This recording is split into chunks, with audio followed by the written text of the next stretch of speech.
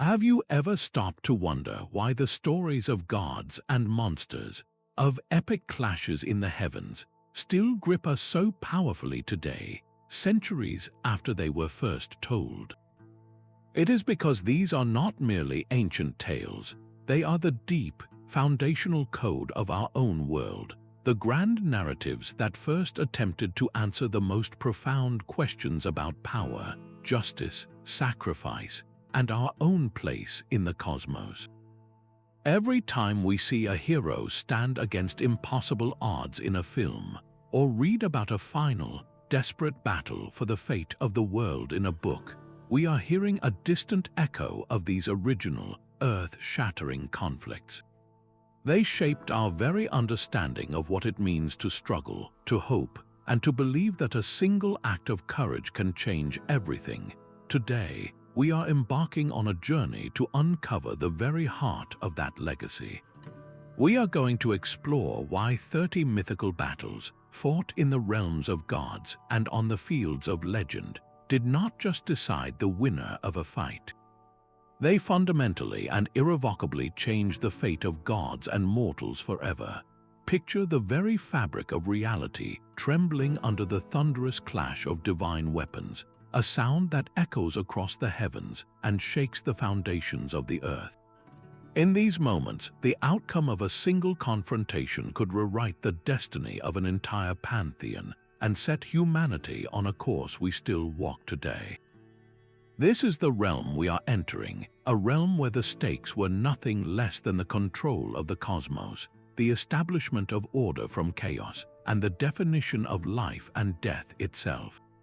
We will journey together across the breadth of ancient cultures, from the war between the Greek Titans and Olympians that forged a new world order, to the icy doom of Ragnarok in Norse myth that promised both an end and a rebirth. We will uncover the strategic gambits, the heartbreaking betrayals, and those breathtaking moments of sheer cosmic power that did not just win a war, they reshaped reality. We will stand on the battlefield of Kurukshetra to understand the weight of a righteous war, and we will witness the cleverness it took to bind a wolf destined to end the world. This exploration is about so much more than recounting old stories. It is about tracing the roots of our own civilization's soul. The foundational myths we will examine continue to pulse through our art, our literature, and our deepest concepts of heroism, fate, and justice. They are the templates for our own struggles, magnified to a cosmic scale. So, prepare yourself to witness history's most pivotal moments, the explosive instance where divine will and raw mortal courage collided. These were the confrontations that set the stage for everything that followed, creating the world we know and the stories we tell about ourselves. The echoes of these 30 battles are all around us, and by understanding them, we begin to understand the very architecture of our own imagination. Long before the age of heroes, before the marble columns of temples reached for the sky, the cosmos was a very different and far more terrifying place. It was a world of raw, elemental forces governed by a being of absolute power, Uranus, the sky, who held his children, the Titans and their monstrous siblings, imprisoned within the very body of their mother, Earth, the goddess Gaia. The agony of this confinement became unbearable, a constant pressure in the heart of the world itself. It was this suffering that drove Gaia to forge a great, jagged sickle of adamant and urge her children to rise up. Only one of the Titans, the cunning Kronus, possessed the will to answer her call. He lay in wait, and when Uranus descended to embrace the earth, Kronus struck, wielding the sickle and casting his father down, seizing control of the cosmos in a single, brutal act. This was the first rebellion, the genesis of a cycle of violence that would echo for generations. But this act of liberation came with a terrible price, for Kronus, having witnessed the danger of his own children, developed a paranoia that would define his rule. He learned that his wife Re was destined to bear a son who would overthrow him, just as he had overthrown his father. In a desperate attempt to cheat fate, Kronus devoured each of his children at birth, swallowing Hestia, Demeter, Hera, Hades, and Poseidon, imprisoning them within his own divine being. The cosmos seemed locked in an endless, grim cycle of consumption and fear, a tyranny as absolute as the one he had ended. Yet Re, heartbroken and furious, would not allow this cycle to continue. When her sixth child, Zeus, was born, she deceived Kronus, presenting him a stone wrapped in swaddling clothes to swallow instead, and hid the infant god in a cave on Crete, where he was nurtured by nymphs and protected by the joyful clamor of the Curetes, who drowned out his cries with their dancing and shield clashing. This single act of maternal defiance set the stage for the war that would reshape everything. Zeus grew to maturity, and with the help of the Titanomachy, he concocted a potion that forced Kronus to disgorge his siblings, whole and fully grown. Now united, these new gods, the Olympians, stood against the old order. They were younger, hungrier, and represented a different ideal, not just raw power, but the potential for a rule based on something more than terror. The ensuing conflict, the 10-year cataclysm known as the Titanomachy, was a war that shook the very pillars of creation. It was not a single battle but a sprawling, decade-long campaign that scarred the universe. The Olympians made their stronghold on Mount Olympus, while the Titans rallied around Mount Othrys. The poet Hesiod described a world in torment, where the boundless sea roared, the earth crashed loudly, and the wide heavens groaned and shook. The combatants hurled mountains at one another. The very landscape became a weapon. The conflict reached its turning point not through brute force alone, but through strategic alliance. Zeus, following a prophecy, released the monstrous beings Kronus had imprisoned, the one-eyed Cyclopes and the 100-handed Hecatoncheires. The Cyclopes, master smiths, forged the iconic weapons of the Olympians, Zeus's thunder and lightning, Poseidon's trident, and Hades' helmet of darkness. The Hecatoncheires, with their 100 arms each, became a devastating artillery, hurling 300 stones at a time, overwhelming the Titans and finally tipping the scales. With the Titans defeated and bound in chains, they were cast into the deepest, darkest pit of the underworld, a prison called Tartarus, and the 100-handed ones were set as their eternal guards. This was more than a simple transfer of power from one generation to the next. The victory of the Olympians fundamentally restructured reality. They established a new world order, a cosmos governed by division and law. The three brother gods drew lots for their realms. Zeus won the sky and became king, presiding over the divine court on Olympus. Poseidon received the seas, and Hades was given lordship over the underworld and the dead. The earth and Mount Olympus itself became common ground.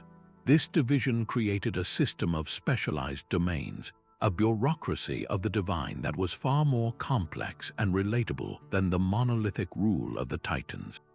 It introduced the concept of dike or justice, a system of order and retribution that applied even to the gods themselves. The chaotic, primal forces of the world were now subordinated to a structured pantheon with defined roles and responsibilities. Imagine for a moment a world where the Titans had won. There would be no Zeus to wield lightning as a symbol of sovereign authority, no Poseidon to command the waves and grant safe passage to sailors, no Hades to provide a structured, if somber, destination for the souls of the departed. Humanity would likely exist in a state of perpetual fear, subject to the unpredictable whims of untamed, elemental beings who represented raw nature without the tempering influence of civilization, law, or the concept of a destined fate. The Titanomachy set the ultimate precedent, proving that no authority, no matter how ancient or powerful, is immune to revolution when it becomes tyrannical. It was the first and most foundational battle, the cosmic uprising that created the framework for all the divine and mortal conflicts that would follow. From the ashes of the Titanomachy, where a new cosmic order was forged through overwhelming force, our journey now takes us to a different kind of conflict, one fought not for total domination, but for a more profound and lasting unity. We travel to the misty, ancient realms of Norse cosmology, where two great families of gods, the Aesir and the Vanir, stood divided. The Aesir, gods of sky, power, and sovereignty, were led by figures like Odin, the All-Father, a seeker of wisdom and a master of strategy. Their home was Asgard, a fortress connected to the other worlds by the shimmering Bifrost Bridge. The Vanir, in contrast, were deities of a different nature. They were the gods of the earth, the sea, and the fertile soil. They commanded the winds and the waves, and they possessed a deep, intuitive mastery of a magic known as Seda, a form of prophecy and sorcery that could shape fate itself. For a time, these two pantheons existed separately, but suspicion began to fester. The Aesir, with their warrior ethos, viewed the Vanir's potent and unfamiliar magic with deep distrust, while the Vanir likely saw the Aesir as rigid and overly militant. This cultural friction inevitably ignited into a protracted and devastating war, a clash of fundamental worldviews where the spear of the Aesir met the Seda spells of the Vanir. The conflict dragged on, with neither side able to secure a decisive victory. The Aesir's martial prowess was formidable, but they could not overcome the Vanir's deep, earth-rooted magic and their ability to thrive and regenerate. The Vanir, for all their power over nature, could not breach the defenses of Asgard or break the will of its warriors. This stalemate became a painful lesson for both sides, revealing a profound truth that resonates through the ages. Neither raw strength nor pure wisdom alone is sufficient to build a lasting world. Exhausted by the endless fighting and recognizing the futility of their struggle, the gods did something extraordinary. They chose peace. They decided to end the war not with a final, crushing blow, but with a treaty sealed by a profound act of diplomacy, an exchange of hostages. This was not a punitive measure, but a genuine attempt to build trust and understanding. The most significant part of this exchange saw the Vanir send three of their most revered deities to live among the Aesir: Njord, a god of the sea, wind, and wealth, and his twin children Freya and Freyja. Freya became a god of peace, fertility, and sunshine, while Freyja, perhaps the most renowned of the Vanir, was a mistress of Seda, love, beauty, and war. Her arrival in Asgard was a cultural revolution. She taught the secrets of Seda to Odin himself, weaving the Vanir's intuitive magic into the very fabric of Aesir power. The impact of this integration was transformative. Asgard was no longer just a fortress of warriors. It became a realm enriched by prosperity, magical depth, and a connection to the cycles of life and death. The Prose Edda describes this new, united pantheon as complete, a blending of powers that was absolutely essential for the survival of all.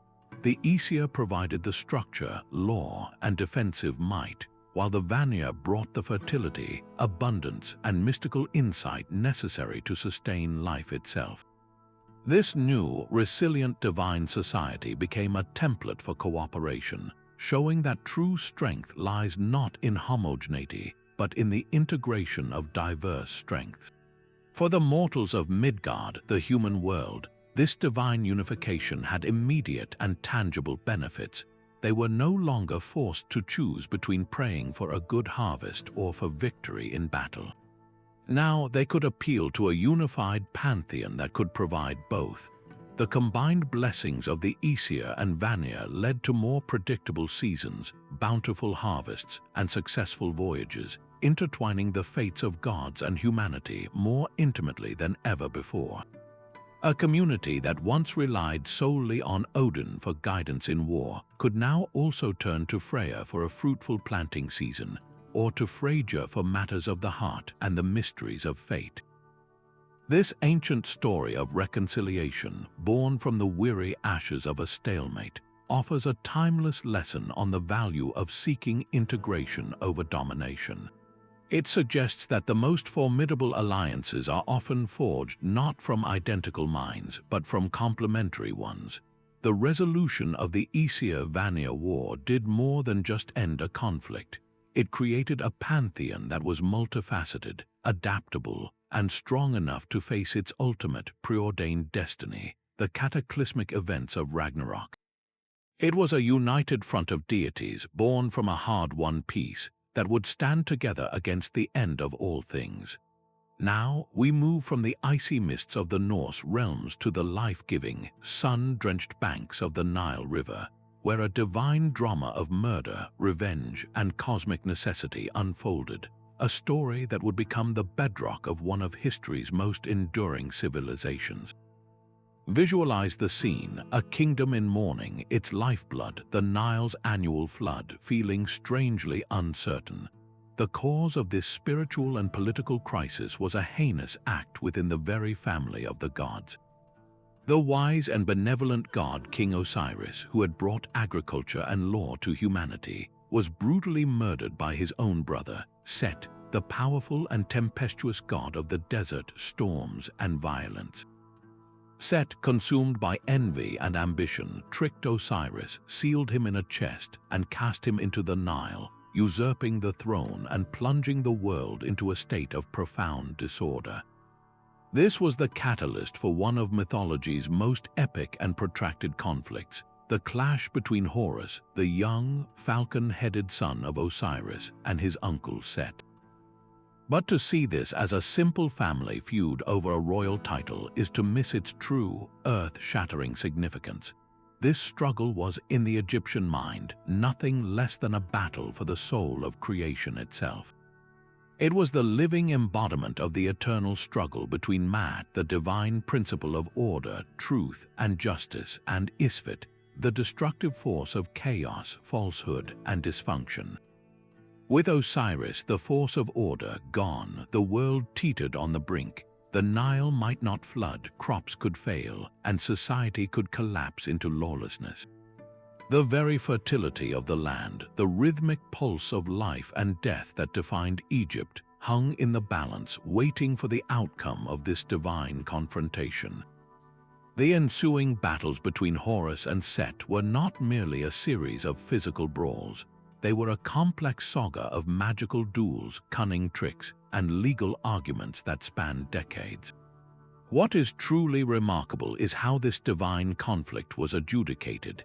The other gods, led by the sun god Ra, assembled as a grand divine tribunal to hear the cases of both Horus, the rightful heir by lineage, and Set, the de facto ruler by force.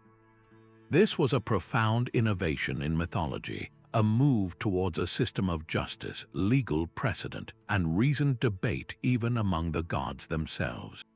It was no longer solely about who was stronger, but about who was in the right, establishing a template for earthly kingship where a ruler's legitimacy was meant to be rooted in law and not just raw power. This celestial courtroom witnessed shocking events. In one particularly brutal magical duel, Set managed to gouge out one of Horus's eyes, tearing it into pieces.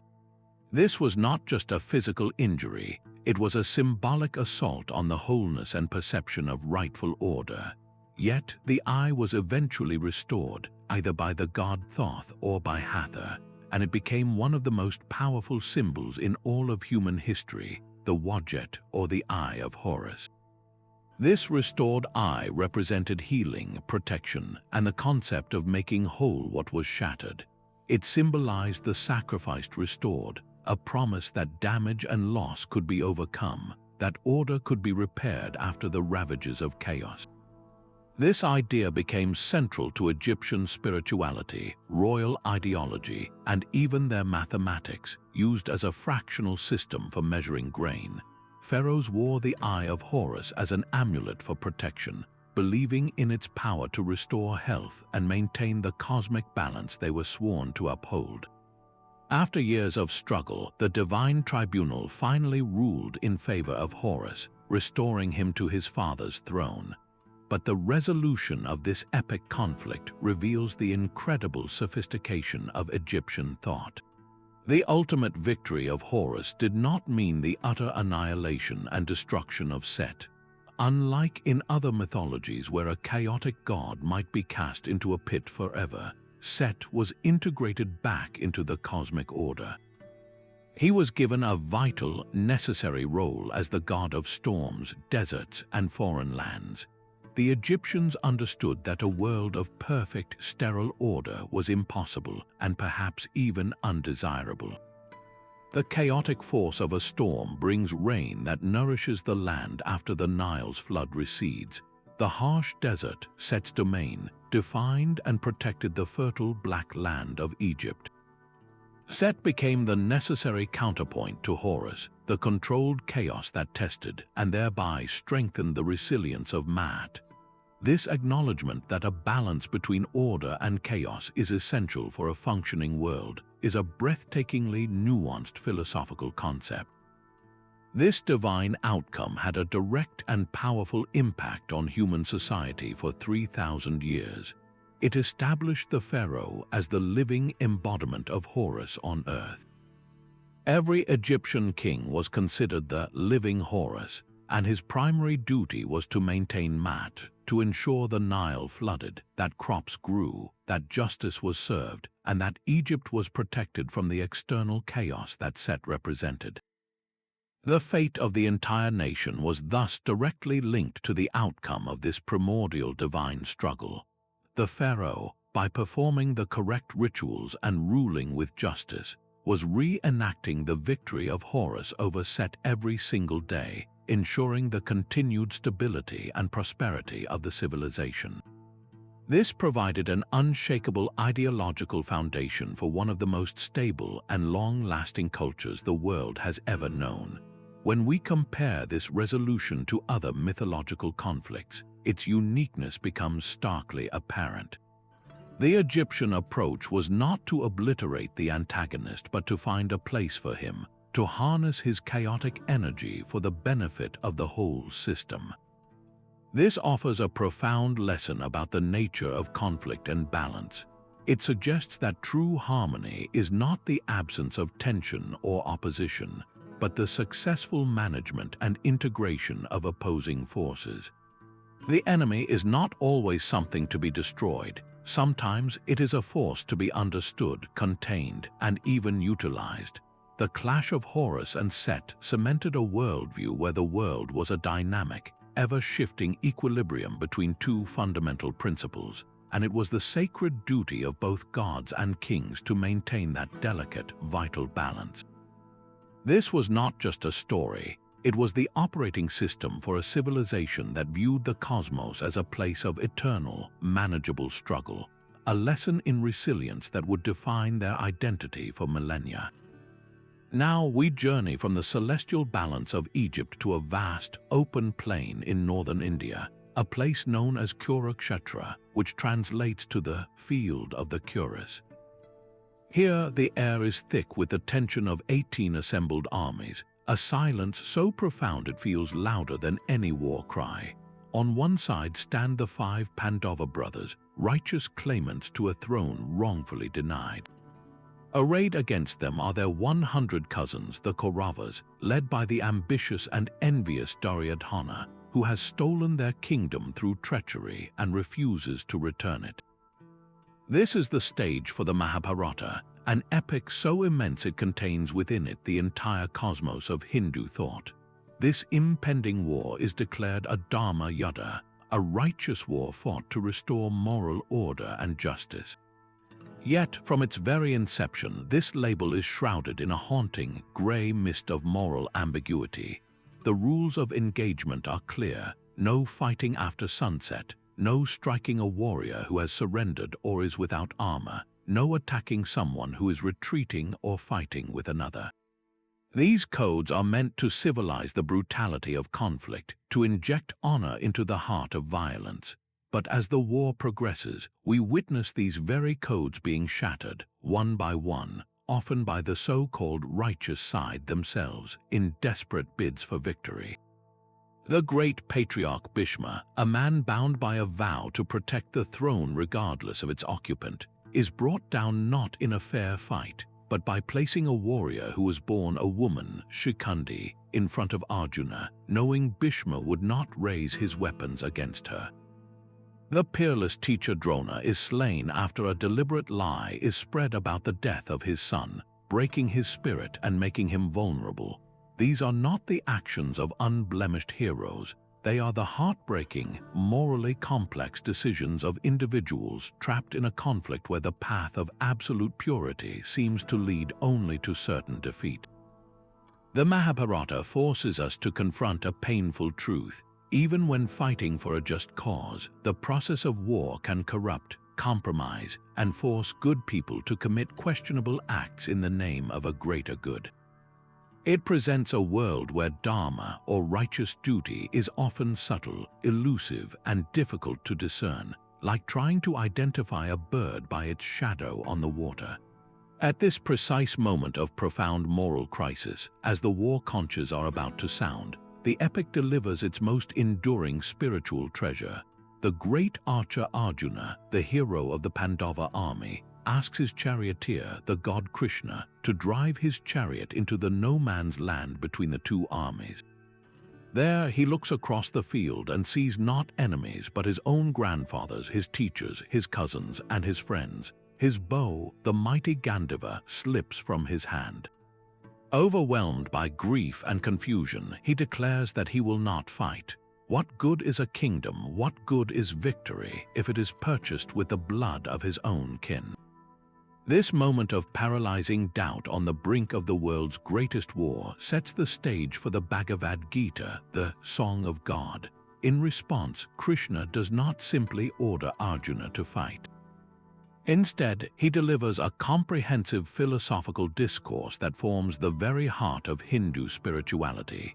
He speaks of the eternal nature of the soul, which cannot be killed, explaining that the true self is immortal and merely casts off worn-out bodies like a person discards old clothes. He elucidates the concept of dharma, one's sacred duty based on their station in life. For a warrior, a kshatriya, whose duty is to protect righteousness and uphold justice, refusing to fight a righteous war is itself a dereliction of that duty, a sin of inaction.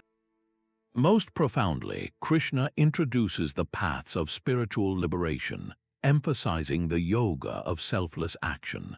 He instructs Arjuna to perform his duty, to fight, but to do so without attachment to the fruits of his actions, without desire for victory, without hatred for his enemies, and without being swayed by success or failure. He is to offer the very act of fighting itself as an offering to the divine. This transformative dialogue, delivered not in a serene temple but on a blood-soaked battlefield, forever changed the landscape of spiritual thought. It provided a practical guide for ethical action in the midst of life's most intense crises, teaching that spiritual realization is not separate from worldly engagement, but can be achieved through it, provided one acts with the right consciousness. The scale of the conflict at Kurukshetra was magnified beyond any ordinary human war by the deployment of celestial weapons known as astras. These were not mere swords and spears. They were personified powers, invoked through sacred mantras and granted to mortal heroes by the gods themselves. Arjuna possessed the Pashupatastra, a weapon of Shiva capable of destroying all creation. Karna, his formidable rival, wielded the irresistible Vasavi Shakti, a divine spear meant for a single, fatal use. Ashwathama unleashed the terrifying Narayanastra, a weapon that showered down millions of deadly missiles that could only be survived by total surrender. The use of these armaments fundamentally blurred the line between human and divine warfare. It demonstrated that mortals, through intense penance and divine favor, could channel cosmic, apocalyptic power. Yet, the epic consistently shows that this power, when placed in human hands driven by anger, vengeance, and attachment, leads to catastrophic and often unintended consequences.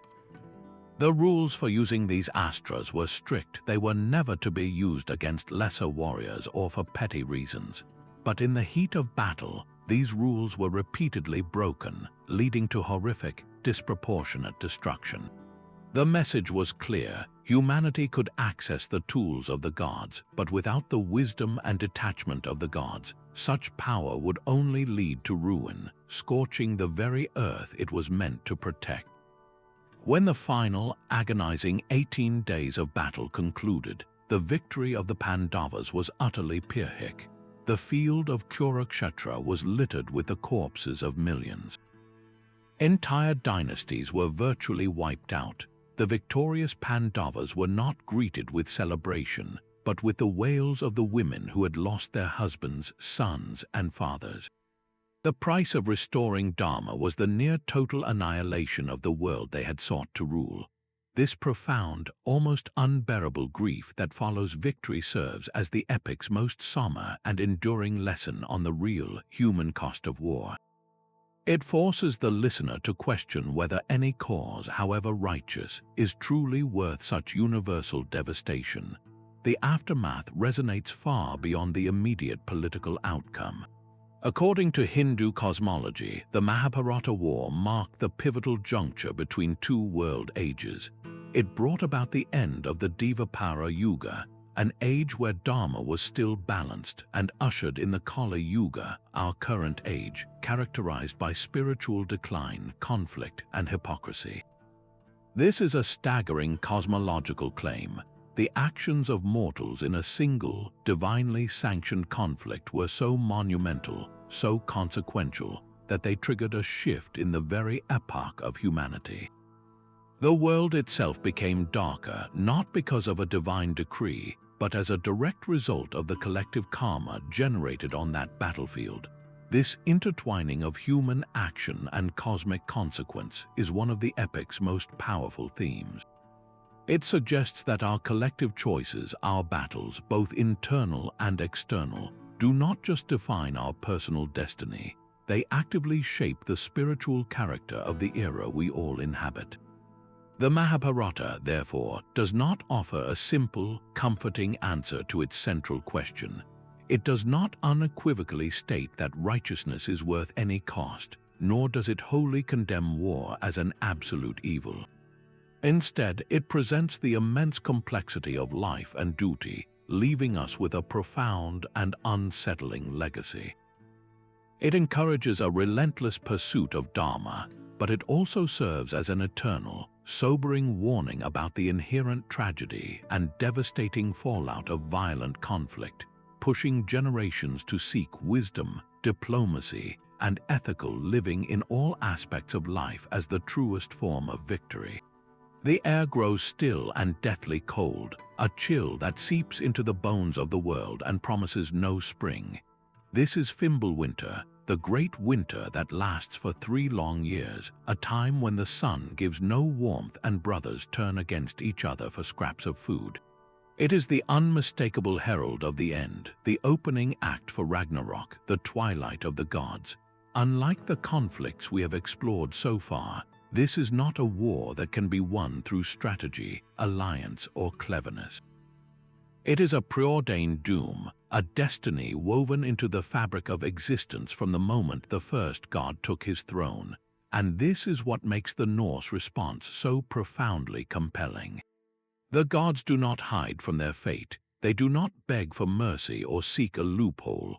Armed with the foreknowledge of their own deaths, they choose to march forward and meet their end with weapons in hand and courage in their hearts. This acceptance of the inevitable transforms their final stand from a mere battle into a supreme act of tragic heroism, a quality that elevates them from distant deities to figures of immense, relatable pathos. They are not fighting for victory, for there is none to be had. They are fighting for honor, for the principle that how one faces their end matters as much as how they lived their life.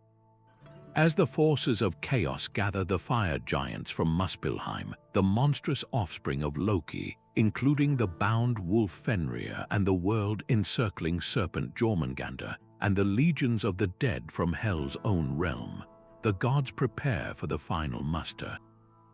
The battlefield will be the plain of Vigrid, and the combat is defined by a series of iconic, fatal duels that read like a dirge for an entire pantheon.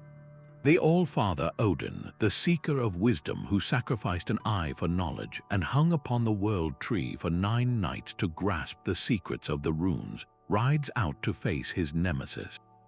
His opponent is the wolf Fenrir, the beast the gods themselves bound through trickery and sacrifice. But the bonds that once held him are now shattered, and the prophecies come to pass.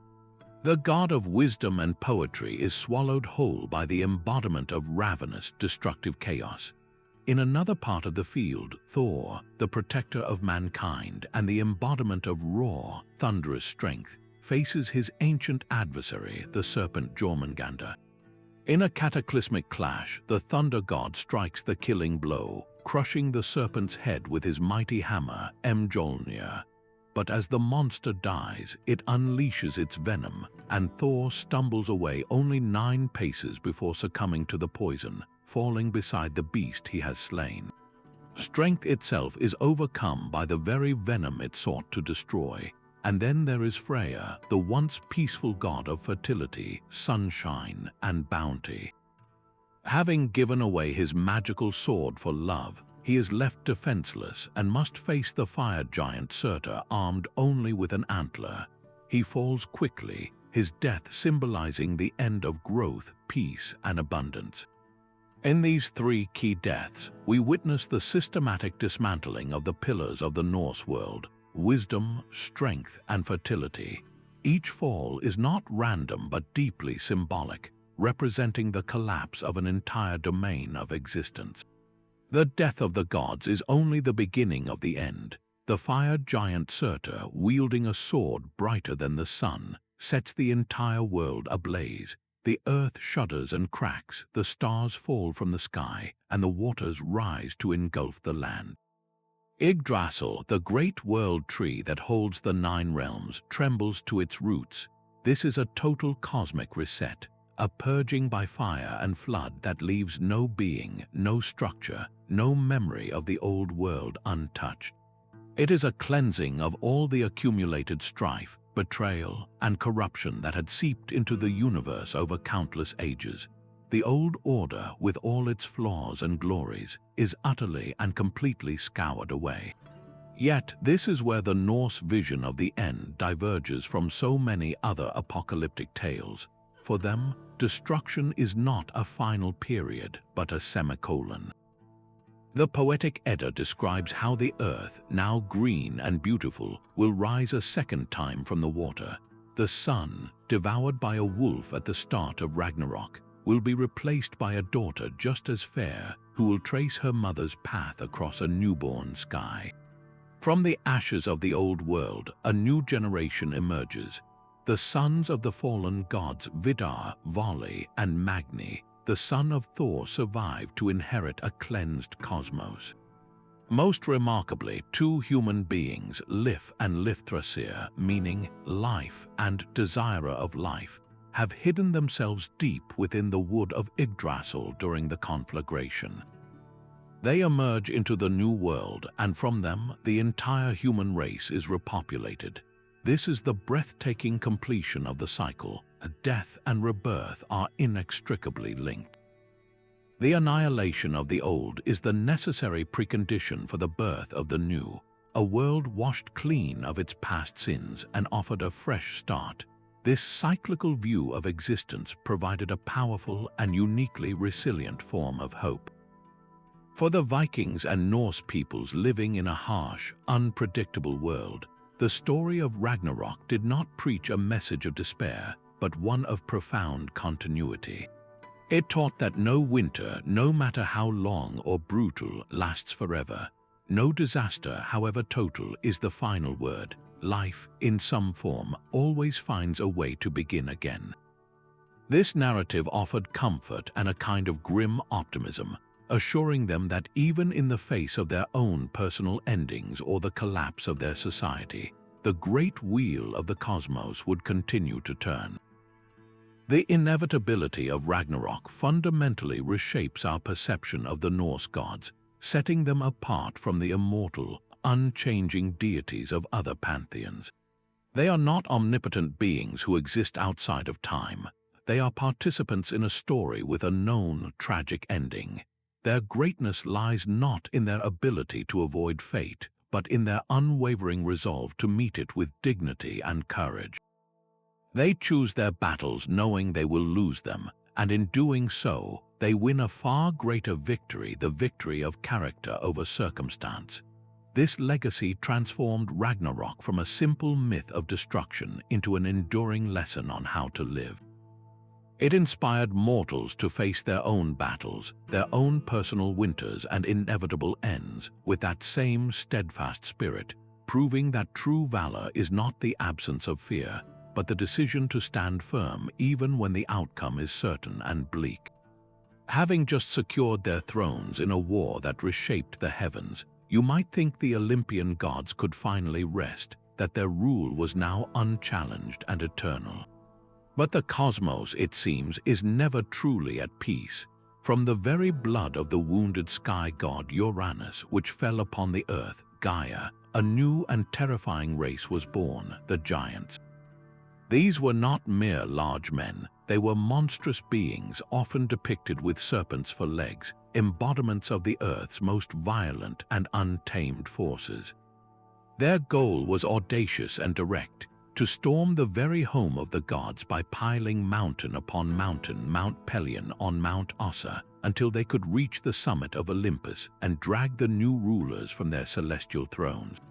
This was the Gigantomachy, the war with the giants, and it represented a threat of a completely different nature than the Titanomachy. The Titans were the old guard, a rival dynasty. The giants were something far more primal. They were the raw, chaotic fury of the earth itself, rising up against the imposed order of the sky. This was a challenge from the chthonic depths, a rebellion of the wild, untamed world against the structured civilization the Olympians represented. It was a battle for the soul of the cosmos, a test to see if order could truly hold against the relentless, churning chaos from which it was born. At the heart of this conflict lay a prophecy of terrifying implications for the gods. An oracle revealed that the Olympians, for all their divine power, could not achieve victory on their own. They needed a mortal ally. This single condition changed everything.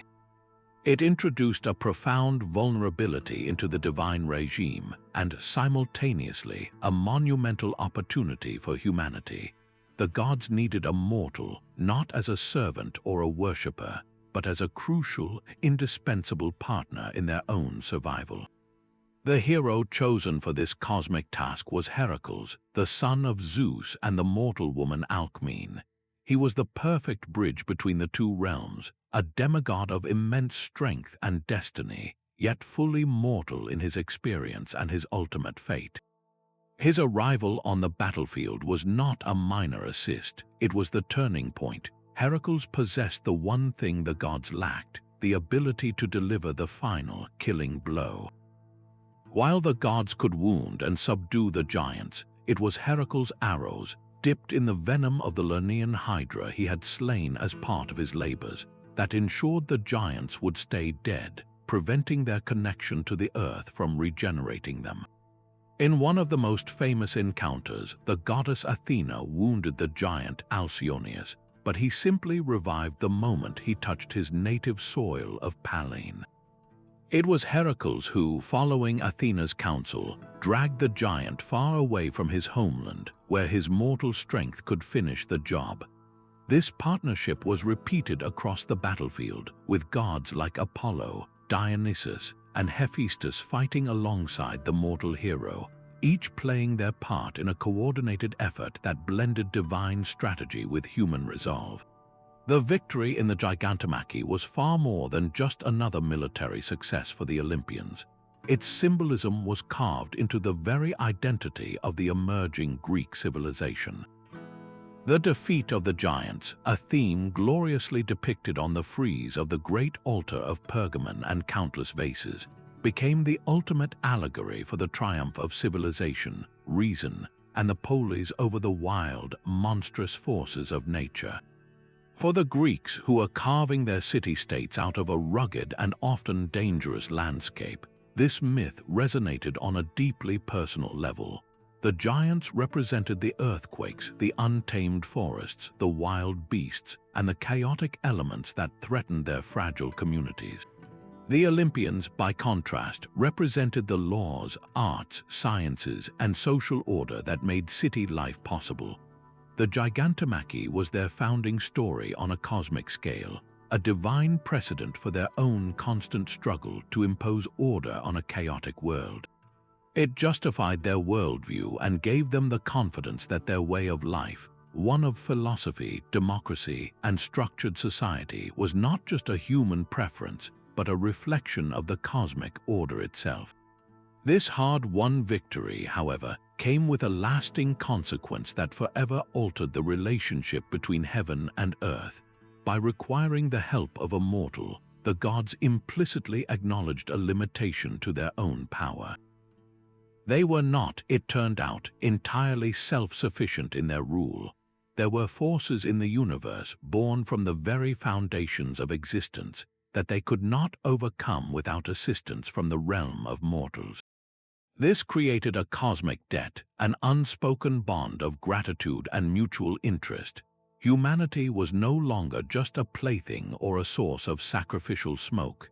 They were now recognized as essential partners in maintaining the stability of the cosmos.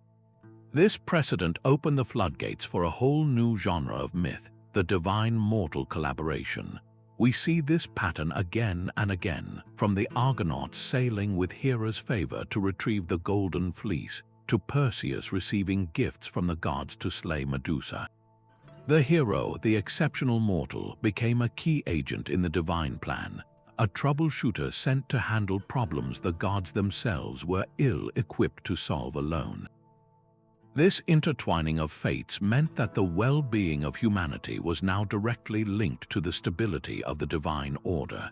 If chaos were to overwhelm the world, it would threaten both gods and men.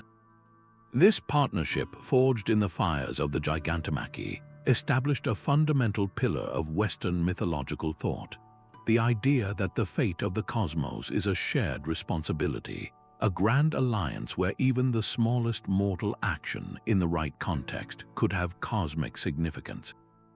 The necessity of a mortal's help reveals a universe that is interdependent, where different kinds of power, divine authority and human courage, celestial strategy and earthly resilience must combine to keep the ever-present darkness at bay. From the fiery clash of Greek giants, we now venture into a world veiled in mist and magic, where the very air seems to whisper with ancient power. Our journey takes us to the Emerald Hills of Ireland, a land whose mythological history is as layered and complex as its intricate knotwork. Here, a new chapter in our saga unfolds, not with the thunder of Olympian gods, but with the arrival of a people who came from the heavens in a magical mist. They were the Tuatha De Danann, the people of the goddess Danu, and they came to claim the island as their own. But Ireland was not an empty land. It was held in the grim grip of the Fomorians, a race of monstrous, oppressive beings often depicted as misshapen giants, some with a single arm and a single leg. They were the embodiment of blight, tyranny, and the harsh, unproductive forces of nature, demanding crippling tributes from any who sought to live upon the soil. The stage was set for a conflict that would determine whether Ireland would remain a land of fear or become a realm of wonder. Into this tense and divided world came a young man of astonishing presence. His name was Lug, and he arrived at the court of the Tuatha De Danann's king at the royal fortress of Tara. When the gatekeeper challenged him, asking what skill he possessed to warrant entry, Lug's response was unprecedented. He offered himself as a wright, a smith, a champion, a swordsman, a harpist, a hero, a poet, a historian, a sorcerer, and a craftsman. For every skill the gatekeeper named that was already present within the court, Lug declared he was its equal. But then he posed the defining question, but do you have any single man who possesses all these skills? They did not, and so Lug-Lamfada, Lug of the Long Arm, was admitted, earning the title Samuldanak, meaning Master of All Arts. His very existence signaled a new kind of hero, one whose strength lay not in a single, overwhelming power, but in a harmonious and complete mastery of every discipline necessary for civilization to thrive. He was not just a warrior, he was the embodiment of the entire culture he had come to save. The conflict between the Tuatha-Dé Danann and the Fomorians came to its spectacular climax in the Second Battle of Mag-Tuatha. This was not a chaotic, impulsive brawl, but a war of meticulous preparation, a testament to the strategic mind of Lug. For 7 years, he orchestrated the Tuatha-Dé's preparations, gathering allies, commissioning weapons, and ensuring his people were ready in body, mind, and spirit. He understood that defeating the Fomorians required more than just courage. It demanded superior strategy, advanced craftsmanship, and potent magic. The Fir-Bolg smith, Goibniu, forged unbreakable spears that never missed their mark. The physician Dian Sect prepared a magical well into which wounded Tuatha-Dé warriors could be cast to emerge fully healed.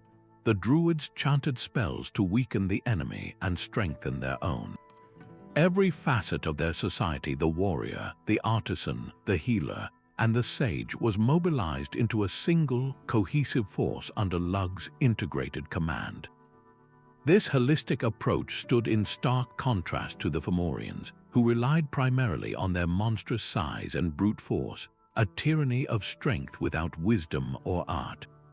The most iconic moment of this epic struggle was the duel between Lug and the king of the Fomorians, Balor of the Evil Eye. Balor was a being of pure, apocalyptic terror.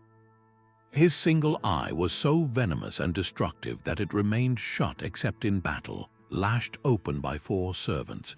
When that lid was lifted, the gaze that erupted could wither an entire army on the spot, turning flesh to ash and courage to dust. He was the ultimate weapon of mass destruction, a walking catastrophe. As the battle raged, Balor was brought to the forefront, his deadly eye being prepared to unleash annihilation upon the Tuatha-Dé Danann. The situation seemed hopeless. No conventional attack could reach him before his gaze could sweep the field. But Lug did not rely on convention. Armed with his sling, a weapon of precision and skill rather than brute force, he moved with purpose. As the great lid began to creak open, Lug let fly a single, perfectly aimed stone. It did not strike Balor's forehead or his heart. It flew directly into the opening eye, passing through the monstrous orb and out the back of Balor's skull, carrying the destructive power back into the Fomorian's own brain. The king fell, and with him the morale of his entire army shattered. This was the ultimate triumph of cunning, accuracy, and intelligence over raw, unthinking power. Lug used the enemy's greatest strength as the very instrument of his downfall, a lesson that resonates through the ages. The victory at Mag-Tuatha was absolute. With the Fomorians defeated and driven into the sea, the Tuatha-Dé Danann began a golden age of rule over Ireland that lasted for centuries. Under their stewardship, the island flourished with a prosperity that was both material and magical. The seasons turned with reliable abundance, the arts of poetry, music, and craftsmanship reached their zenith, and the boundary between the mortal world and the other world grew thin. They were not distant gods on a mountain, but divine beings who walked the same hills and rivers as humanity. In time, as new waves of people arrived in Ireland, the Tuatha-Dé Danann did not vanish. They retreated into the hollow hills and ancient burial mounds, the Shia becoming the Dina Shia, the people of the mounds, the fairy folk of later Irish folklore. This transformation forever linked the destiny of the island to these divine protectors. The landscape itself became sacred, every hill and spring potentially a gateway to their realm, and the respect shown to the land was in essence respect shown to them. The victory of Lugh did not just win a war, it enchanted an entire country, weaving the magical into the very soil and soul of Ireland. This foundational myth also established a profound and enduring Celtic ideal of kingship.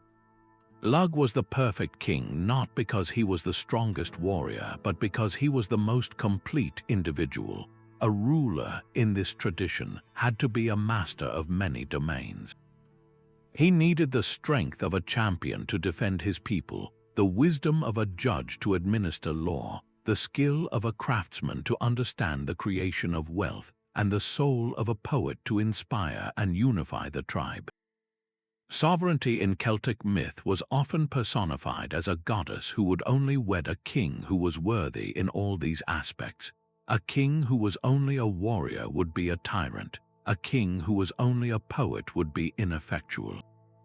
True legitimacy came from this harmonious balance. Lugh's story, therefore, is a powerful reflection of the Celtic value of holistic excellence. It champions the idea that true power is integrative, that the most resilient and noble leadership comes from a synthesis of all human virtues, not the hyper-specialization in a single one. This ideal of the well-rounded leader, capable of understanding and engaging with every facet of his society, stands as a timeless challenge to the concept of narrow, singular expertise. The reign of the Tuatha Dé Danann, secured by a master of all arts, cemented a mythological heritage where the land and its people were seen as a single, sacred trust, to be ruled with a combination of strength, wisdom, and profound creative spirit.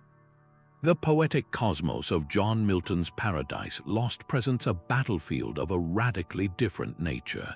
Here, the conflict erupts not on some distant plane of the ancient world, but in the very heart of the heavenly realms, a place of perfect light and harmony.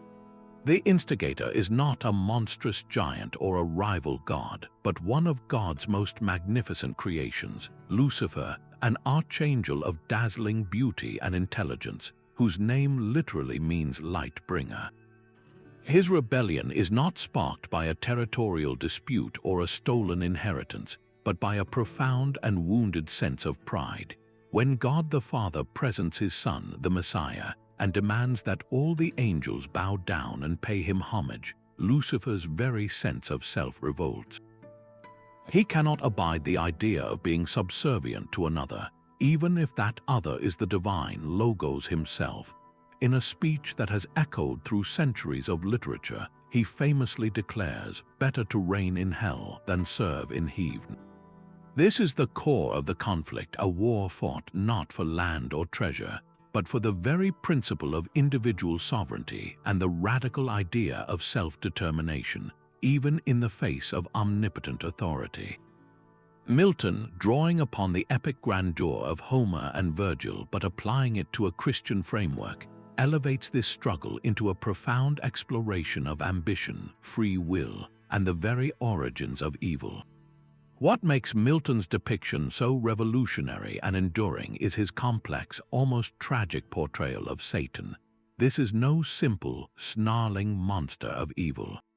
In the early books of the poem, Satan is charismatic, eloquent, and filled with an indomitable will. He is the ultimate underdog, rallying his fallen legions with stirring speeches about making a heaven of hell, a hell of heaven. We see his intelligence, his resilience, and his profound sense of injury. Milton gives him the best lines, crafting a character of such compelling grandeur that the poet William Blake would later famously remark that Milton was of the devil's party without knowing it. This portrayal deliberately blurs the lines between villain and tragic hero, forcing the reader to confront a deeply unsettling question. What is more compelling, blind obedience or the courageous, if flawed, assertion of one's own identity, even when it leads to catastrophe? This complexity taps into a fundamental human attraction to defiance, to the figure who stands against an overwhelming system, and it challenges us to examine the fine line between noble rebellion and self-destructive pride. Milton dares to make Satan sympathetic not to excuse his sin, but to make the nature of that sin more understandable and therefore more terrifying. Evil, in this view, is not a mere external force. It is a conscious, willful choice made by a being who knows better, a choice born from a corrupted sense of self that twists every noble quality into an instrument of ruin. The war itself is depicted on a scale that surpasses any earthly or even most mythological battles. This is a conflict between celestial beings of immense power. The loyal angels, led by the archangels Michael and Gabriel, clash with the rebel host in a spectacle of cosmic violence. Milton's imagination runs wild with the imagery. The angels are not wielding simple swords. They tear up the very landscape of heaven itself, hurling mountains and hills at one another with earth-shattering force. The entire field becomes a chaotic maelstrom of rock and debris. They command the elements, unleashing thunderous storms and torrents of fire. Yet, for all their divine might, the conflict reaches a stalemate. The angels cannot truly kill each other. They can only wound and dismember, with their ethereal substance quickly healing and reforming. This initial stalemate highlights a crucial point. The rebellion cannot be quelled by force alone. It requires an authority of a different, higher order. The turning point comes on the third day of battle, when God the Father sends forth the Son in his divine chariot, blazing with the full glory of the Godhead. The Son does not engage in a protracted duel. His victory is absolute and instantaneous. He rides forth, unleashing the fury of his Father's wrath, and the rebel angels are utterly overwhelmed. They flee in terror, not just defeated but driven headlong, hurled over the crystal battlements of heaven and down through the chaotic abyss of space for 9 days and nights, finally crashing into the newly created, fiery prison of hell. This decisive act establishes a clear hierarchy of power and affirms that the ultimate authority in the universe is not to be challenged. The consequences of this celestial civil war were nothing less than the re-architecting of reality. The immediate fallout was the creation of hell itself, a dismal, burning lake of fire and utter darkness, designed specifically as a penitentiary for the fallen angels. But the repercussions extended far beyond their imprisonment. From the head of the now fallen Lucifer, Milton describes the bizarre and allegorical birth of his daughter, Sin, a grotesque woman-serpent hybrid who sprang forth fully formed at the moment he first conceived of rebellion. Later, from the incestuous union of Satan and Sin, was born the shadowy figure of Death. These two personifications, Sin and Death, are now unleashed into God's creation. They become the gatekeepers of hell and, more importantly, the agents of corruption who will soon find their way to the newly created earth. The war in heaven, therefore, directly sets the stage for the subsequent and even more famous tragedy, the temptation of Adam and Eve in the Garden of Eden. Satan, seething with rage and a desire for revenge, consciously decides to corrupt God's new and cherished creation, humanity. He vows to pervert God's image in man, to drag them down into his own misery. This establishes the new, perpetual dynamic of the cosmos. The physical war is over, but a spiritual war has just begun, a cold war fought not with mountains, but with whispers, lies, and temptation, with the soul of every human being as the pivotal battleground. Milton's grand narrative did more than just retell a biblical story. It fundamentally shaped Western thought for centuries to come. By giving such psychological depth to Satan and framing the conflict around free will and sovereignty, Paradise Lost personalized the cosmic struggle. It moved the battlefield from the stars into the human heart. Evil was no longer a vague, external force. It was personified as a conscious choice of rebellion against a perceived unjust order. This made morality an active, internal conflict for every individual. The poem's influence seeped into philosophy, politics, and literature, providing a framework for understanding tyranny, revolution, and the perils of unchecked ambition. It asked its readers to consider where the line is between righteous defiance and damnable pride, a question that resonated deeply in an age of political upheaval and would continue to do so. The fall of Lucifer, as Milton told it, forever changed the relationship between humanity, God, and the concept of temptation. It created a world where we are all, in a sense, living in the long shadow of that first great rebellion, constantly faced with choices that echo the original defiance in Eden and in heaven, making our every moral decision a small but significant skirmish in the eternal war between light and darkness. Before the thunderous charge of armies could begin, before the field of Kurukshetra would be churned into mud by the wheels of 10,000 chariots, the fate of the coming conflict was being decided in a far more personal and intimate arena. The air crackled not with the clamor of war, but with the silent, profound tension of a single confrontation. On one side stood the young, brilliant archer Arjuna, the champion of the Pandavas, his divine bow Gandiva a symbol of his unmatched skill. Facing him was his granduncle, the patriarch Bhishma, a figure of such immense stature that his very presence on the battlefield was a fortress unto itself. This was not merely a preliminary skirmish to test each other's strength. It was a devastating collision of sacred duties, a duel where the very definition of righteousness was about to be tested and torn. Arjuna, raised to revere his elders, found himself aiming his weapon at a man he considered a father, a teacher, and a living legend. For him, the act of raising his bow felt like a violation of the deepest foundations of his own character, a betrayal of the love and respect that formed the bedrock of his family and society. Simultaneously, Bhishma stood trapped within the unbreakable cage of his own vow. Decades earlier, he had sworn a terrible oath of lifelong celibacy and unwavering loyalty to the throne of Hastinapura, a pledge that now forced him to defend the very usurpers who had wronged his own grandsons, the Pandavas. He knew the Kauravas were unjust. His heart bled for the righteous cause of the sons of Pandu. Yet his word, his dharma as a Kshatriya, was his identity, and to break it would unravel the moral order he had spent his entire life upholding. In this quiet, agonizing moment, the entire 18-day war was condensed into a single, heartbreaking question. When your deepest personal bonds and your highest cosmic duty stand in direct opposition, which path do you choose? As the first arrows were loosed, the true nature of their conflict became clear. This was not a fight to the death, but a devastating conversation conducted through the language of combat. Each twang of the bowstring was a statement of principle. Each blocked shot was a rebuttal. Arjuna, for all his divine skill, found his attacks neutralized not just by Bhishma's own legendary prowess, but by the psychological weight of the situation.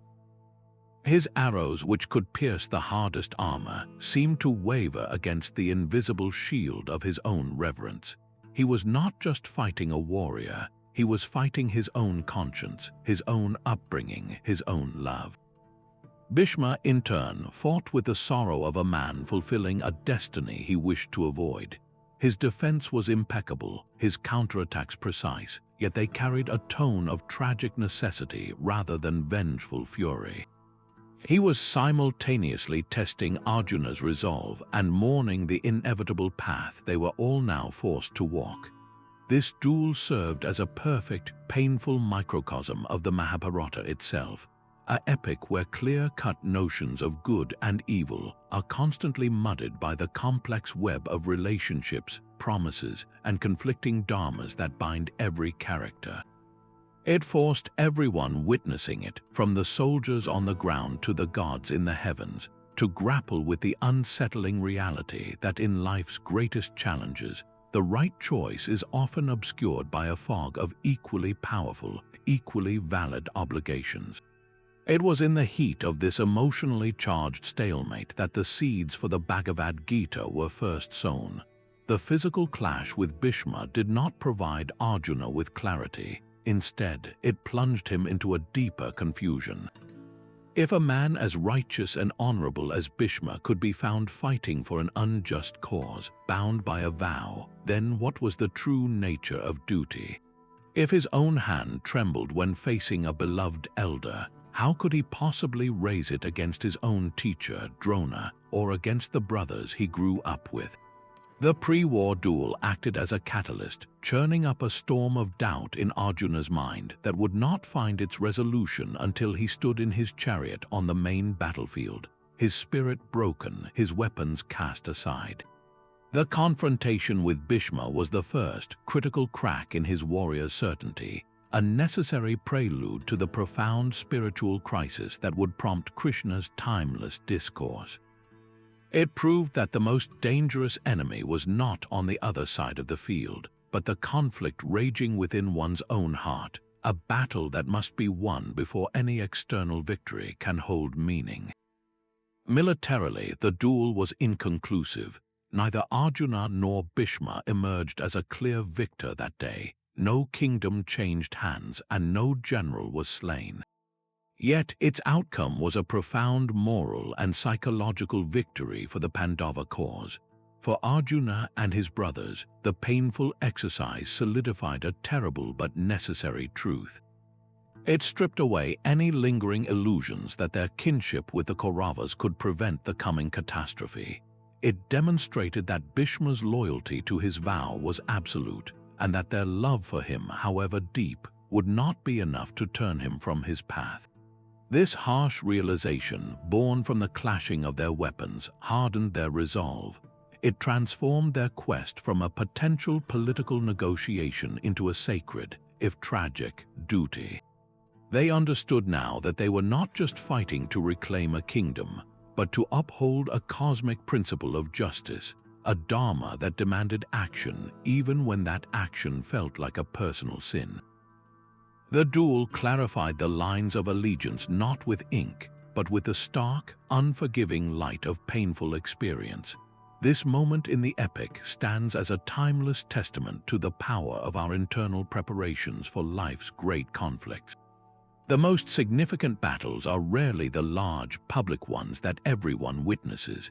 They are the private, silent struggles where we wrestle with our principles, our loyalties, and our fears long before we are called to public action.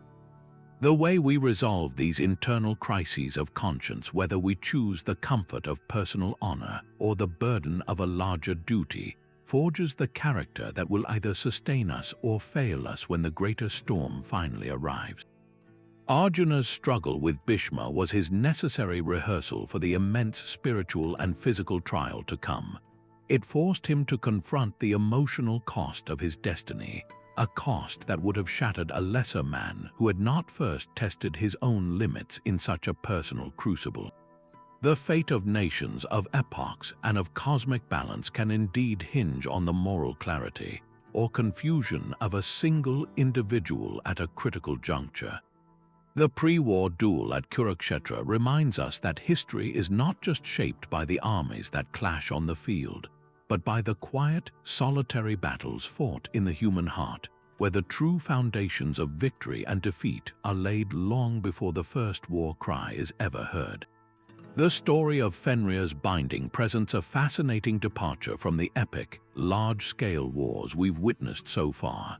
This was not a conflict of armies clashing on a field, but a quiet, insidious, and deeply psychological struggle that began in the very heart of Asgard itself.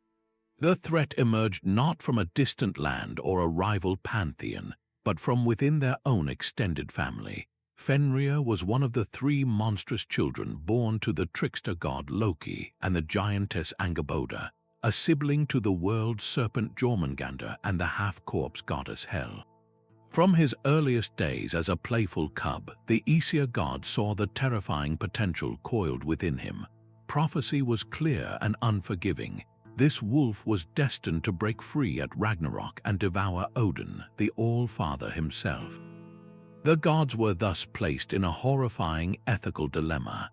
How do you treat a being who has committed no crime, but whose very existence is a future catastrophe waiting to unfold? They could not simply kill the young Fenrir out of hand, as such an act would violate their own complex codes of honor and hospitality. Instead, they chose a path of containment, a decision that would test their morality and their ingenuity in ways a straightforward war never could. This was a preemptive strike, not against an active enemy, but against a future written in the stars, forcing the gods to confront the ethics of punishing a crime before it is ever committed. Their initial attempts to manage the growing wolf relied on the most obvious tool, brute strength. The gods, mighty as they were, presented Fenrir with heavy chains, each one thicker and more masterfully forged than the last. They presented these bindings as a test of his strength, a game to see if the mighty wolf could break free. And break free he did with an effortless snap of his muscles, shattering each chain they laid upon him. The links of leading Andromae, famed for their strength, were nothing more than brittle twigs to his ever-increasing power. With every broken fetter, Fenrir grew larger, stronger, and more suspicious. The gods' strategy of direct confrontation was not just failing, it was actively making the problem worse, feeding the very power they sought to contain. It became starkly apparent that the conventional martial prowess that had served them in other battles was utterly useless here. They could not fight him, for he was not yet their enemy in deed, only in destiny. They could not out-muscle him, for his strength was a force of nature itself, growing exponentially with every passing day. The Aesir were forced to admit that if they were to have any hope of restraining this embodiment of fated destruction, they would have to abandon the spear and the sword and turn to the tools of the mind, cunning, artifice, and a willingness to betray the very trust they had cultivated. This realization led them to the master craftsmen of the Norse cosmos, the dwarves. Deep within their subterranean forges, these sons of Ivaldi worked miracles of creation that even the gods could not replicate. The Aesir commissioned from them a binding unlike any other, something that could hold a power that shattered iron. What the dwarves produced was a work of sublime, impossible magic. It was called Gleipnir, and to the eye it appeared as nothing more than a soft, silken ribbon, as delicate as a strand of hair, but its composition was a paradox made real. It was woven from 6 impossible things: the sound of a cat's footfall, the beard of a woman, the roots of a mountain, the sinews of a bear, the breath of a fish, and the spittle of a bird. These were not physical materials but conceptual abstractions, things that by their very nature should not exist or be captured. The sound of a cat walking is silence itself. A woman's beard is a biological non sequitur. Gleipnir was therefore not a chain of metal, but a chain of ideas, a binding of pure enchantment that possessed no substance to be broken by physical might. It was the ultimate symbol of intelligence and magic triumphing over raw, untamed power, a testament to the fact that some problems cannot be solved by force, but only by a deeper, more creative understanding of the universe's underlying rules. With a perfect trap in hand, the gods now faced their most difficult challenge, convincing the increasingly wary Fenrir to submit to it. They brought him to the remote island of Lyngvi in the middle of Lake Aesir and presented Gleipnir as their greatest and most fascinating test. But by now, Fenrir was no naive cub. He looked at the flimsy ribbon and sensed the trickery. His response cut to the heart of the god's dilemma. He declared that there was no fame for him in breaking such a slender thread, but if it were made with craft and deception, he feared they would not release him. He stood on the precipice of refusing the test altogether, which would have left him free, powerful, and eternally hostile. It was at this critical juncture that the god Tyr, the one-armed god of law and justice, stepped forward. Tyr was renowned throughout the realms as the bravest and most honorable of the Aesir, the god who presided over oaths and the orderly conduct of things. His word was his bond. To convince Fenrir of their good faith, Tyr did the unthinkable. he placed his own right hand, his sword hand, the very symbol of his martial power and his ability to enforce justice, directly into the wolf's mouth as a pledge that the gods would release him. This was an act of profound and calculated sacrifice. When Fenrir struggled and found that Gleipnir only tightened the more he fought, he realized the betrayal. In a flash of rage and vindicated suspicion, he clamped his jaws shut, severing Tyr's hand at the wrist. The binding was secure, but the cost was a piece of the gods' own honor, embodied in the maiming of their most principled member. Tyr's sacrifice forever redefined the Norse concept of heroic virtue. Here was a heroism not of killing a monster, but of allowing oneself to be mutilated to ensure the monster's containment.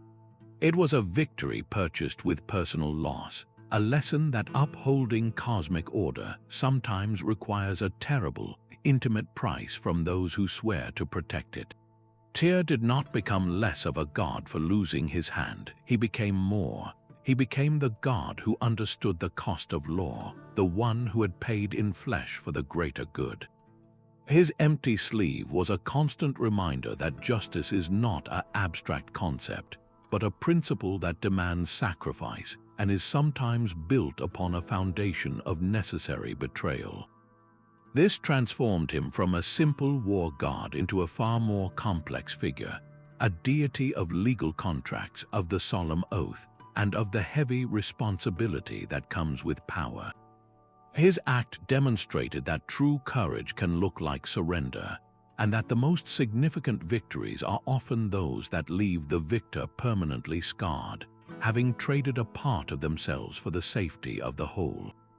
The great chain Gleipnir was then passed through a massive rock called Gijol, which was anchored deep into the earth, and a sword was placed in Fenrir's jaws to hold them open, forcing his terrifying howls to become the source of a river of drool named Van. There he would lie, bound, until the end of all things. But this entire saga carries a deeply sobering and uniquely Norse resonance. The binding of Fenrir was not a permanent solution. It was a delay, a strategic postponement of the inevitable. The prophecies of Ragnarok remained intact. The doom of the gods was merely scheduled for a later date. This establishes one of the most powerful themes in Norse mythology, the concept of fate as an inescapable current. You can build a dam, you can divert the flow for a time, but the river will eventually find its way to the sea. The gods, for all their power and cleverness, could not change their destiny. They could only manage it, buying time and preparing for the final confrontation they knew must come. This stands in stark contrast to the classic hero's journey where the monster is slain and the land is safe forever. In the Norse world, there are no true, happily ever afters, only respites.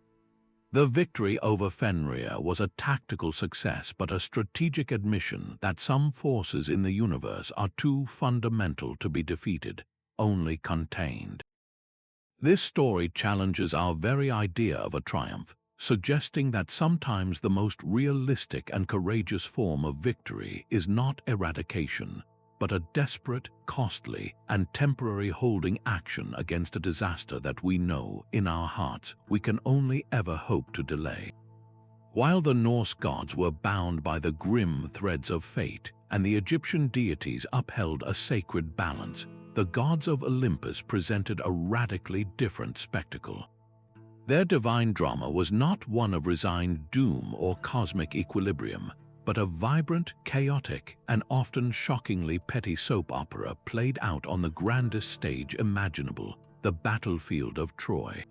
As the epic poem The Iliad unfolds, detailing the grueling 10-year siege over the beautiful Helen, a parallel war ignites in the skies and on the earth itself. This is the Titanomachy, the battle of the gods, where the immortals descended from their cloud-wreathed palace to wade directly into the blood and dust of mortal combat. They did not come as dispassionate observers or benevolent guides. They arrived as fervent partisans, picking sides with the fierce loyalty of sports fans at a championship game. Aphrodite naturally supported Paris, her Trojan prince who had awarded her the golden apple. Hera and Athena, nursing a bitter grudge from that same judgment, threw their immense power behind the Greek cause. Poseidon favored the Achaeans while Apollo championed the Trojans.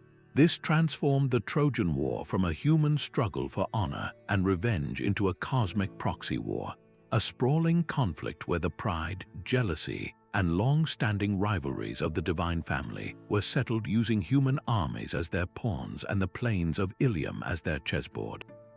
The fates of cities and heroes became secondary to the bruised egos and personal vendettas of beings who were supposed to be above such mortal concerns. The sheer pettiness on display is both jarring and darkly comical. In one memorable scene, the majestic Zeus, king of the gods, attempts to remain neutral, forbidding the other deities from interfering. But his wife Hera, a mistress of deception, seduces him on Mount Ida, using a magical girdle borrowed from Aphrodite, and then lulls him into a deep sleep so she can openly aid the Greeks without his interference. This is not the action of a serene queen of heaven. It is the cunning stratagem of a deeply invested and spiteful spouse, willing to use intimacy as a weapon to win a military argument. Meanwhile, down on the battlefield, the gods don't just offer advice or subtle omens. They physically brawl. Athena, the goddess of wisdom and warfare, confronts Ares, the bloodthirsty god of war, and with a well-thrown stone, she knocks the towering deity flat on his back, covering 7 acres with his colossal, sprawling form. She then turns to Aphrodite, who is shielding her son Aeneas, and strikes the goddess of love in the breast with her fist, sending her staggering back to Olympus, weeping in her mother Dione's arms. The imagery is deliberately absurd and humiliating. These are not transcendent beings of pure light and power. They are bickering relatives who have escalated a family feud to a level of world-shattering violence. This divine vulnerability reaches its most shocking peak not in a clash between gods, but in a confrontation between a god and a mortal. The Greek hero Diomedes, fueled with a temporary surge of strength and courage granted by Athena, becomes a terror on the battlefield. He even dares to charge the gods themselves. When Ares is slaughtering Greeks in a frenzy, Diomedes, under Athena's direct guidance, drives his spear into the god's belly. Ares lets out a scream, Homer tells us, as loud as the cries of 10,000 men, and flees back to Olympus to complain to Zeus about the pain. Shortly after, Diomedes actually wounds Aphrodite herself as she tries to rescue her son Paris, slicing her wrist and causing her divine blood, the ichor that flows in the veins of the gods, to spill. These are moments of profound theological significance. They demonstrate that the line between mortal and divine is not an unbridgeable chasm. A human, when empowered by divine favor and his own audacity, can physically harm an immortal. This shatters the illusion of the gods as invulnerable, untouchable arbiters.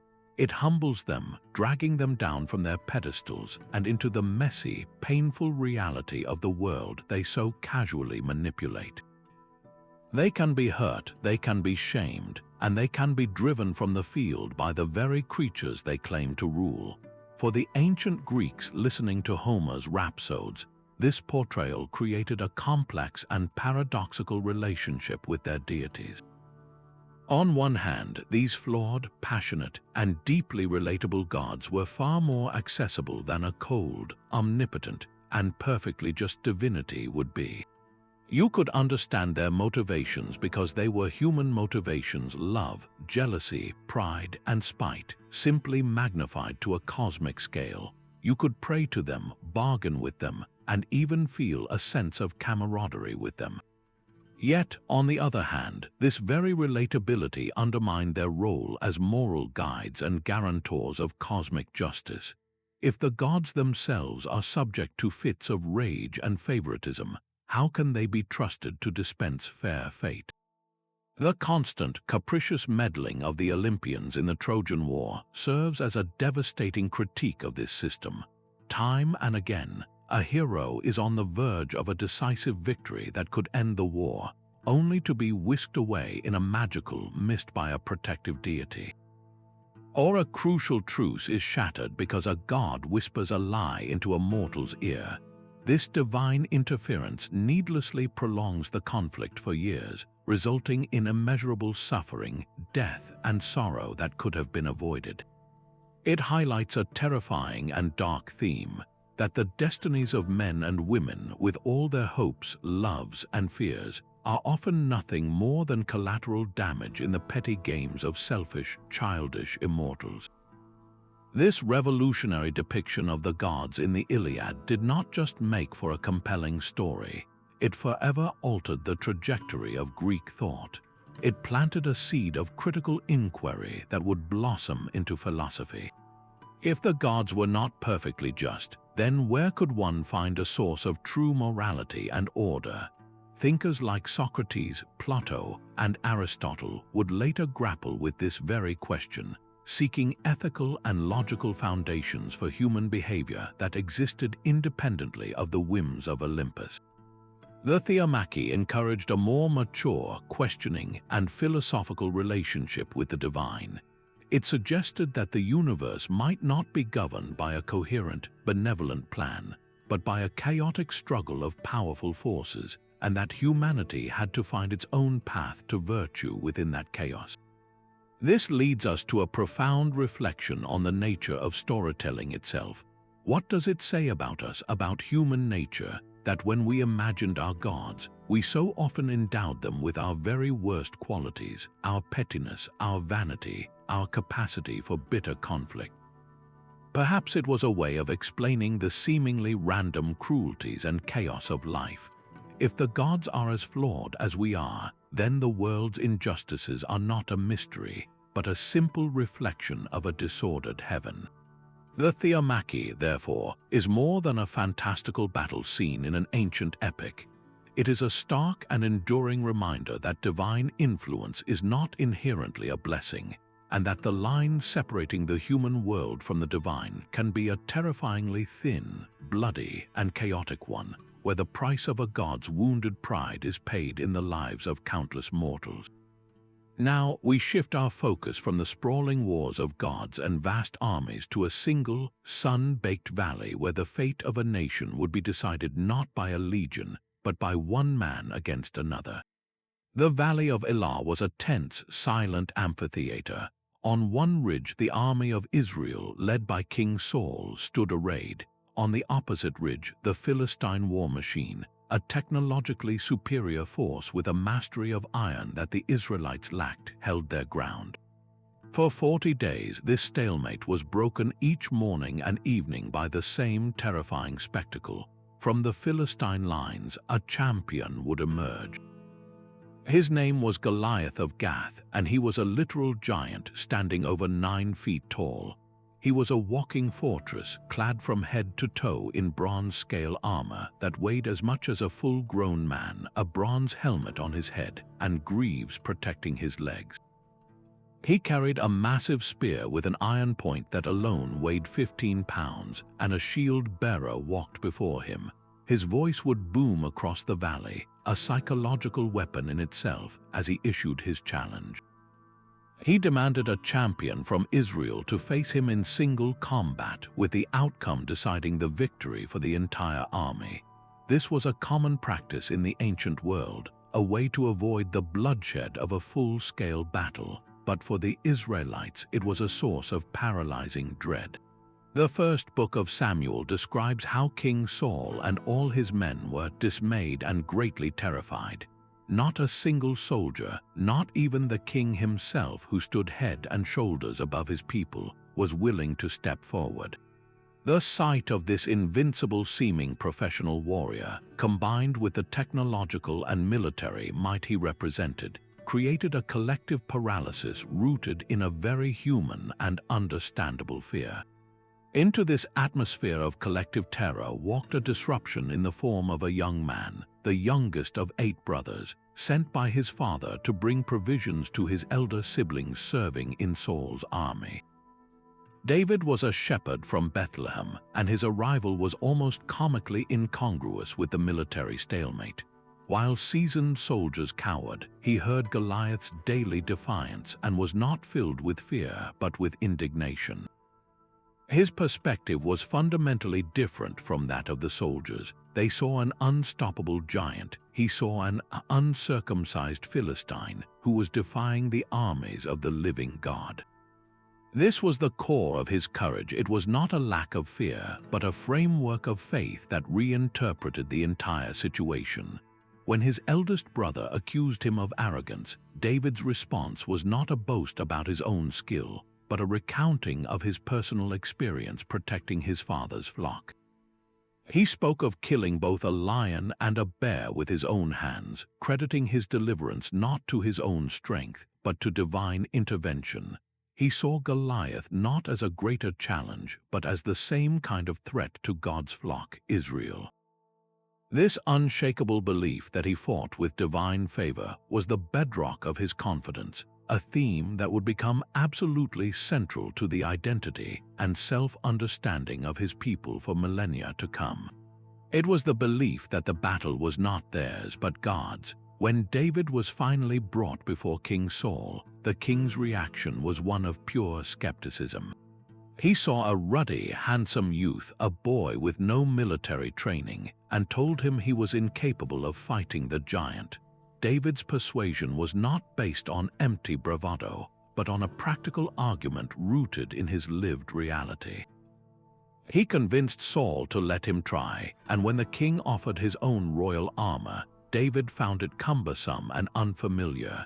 He chose instead the tools he knew intimately from countless lonely days and nights in the wilderness: his shepherd's staff, his sling, and 5 smooth stones from the stream.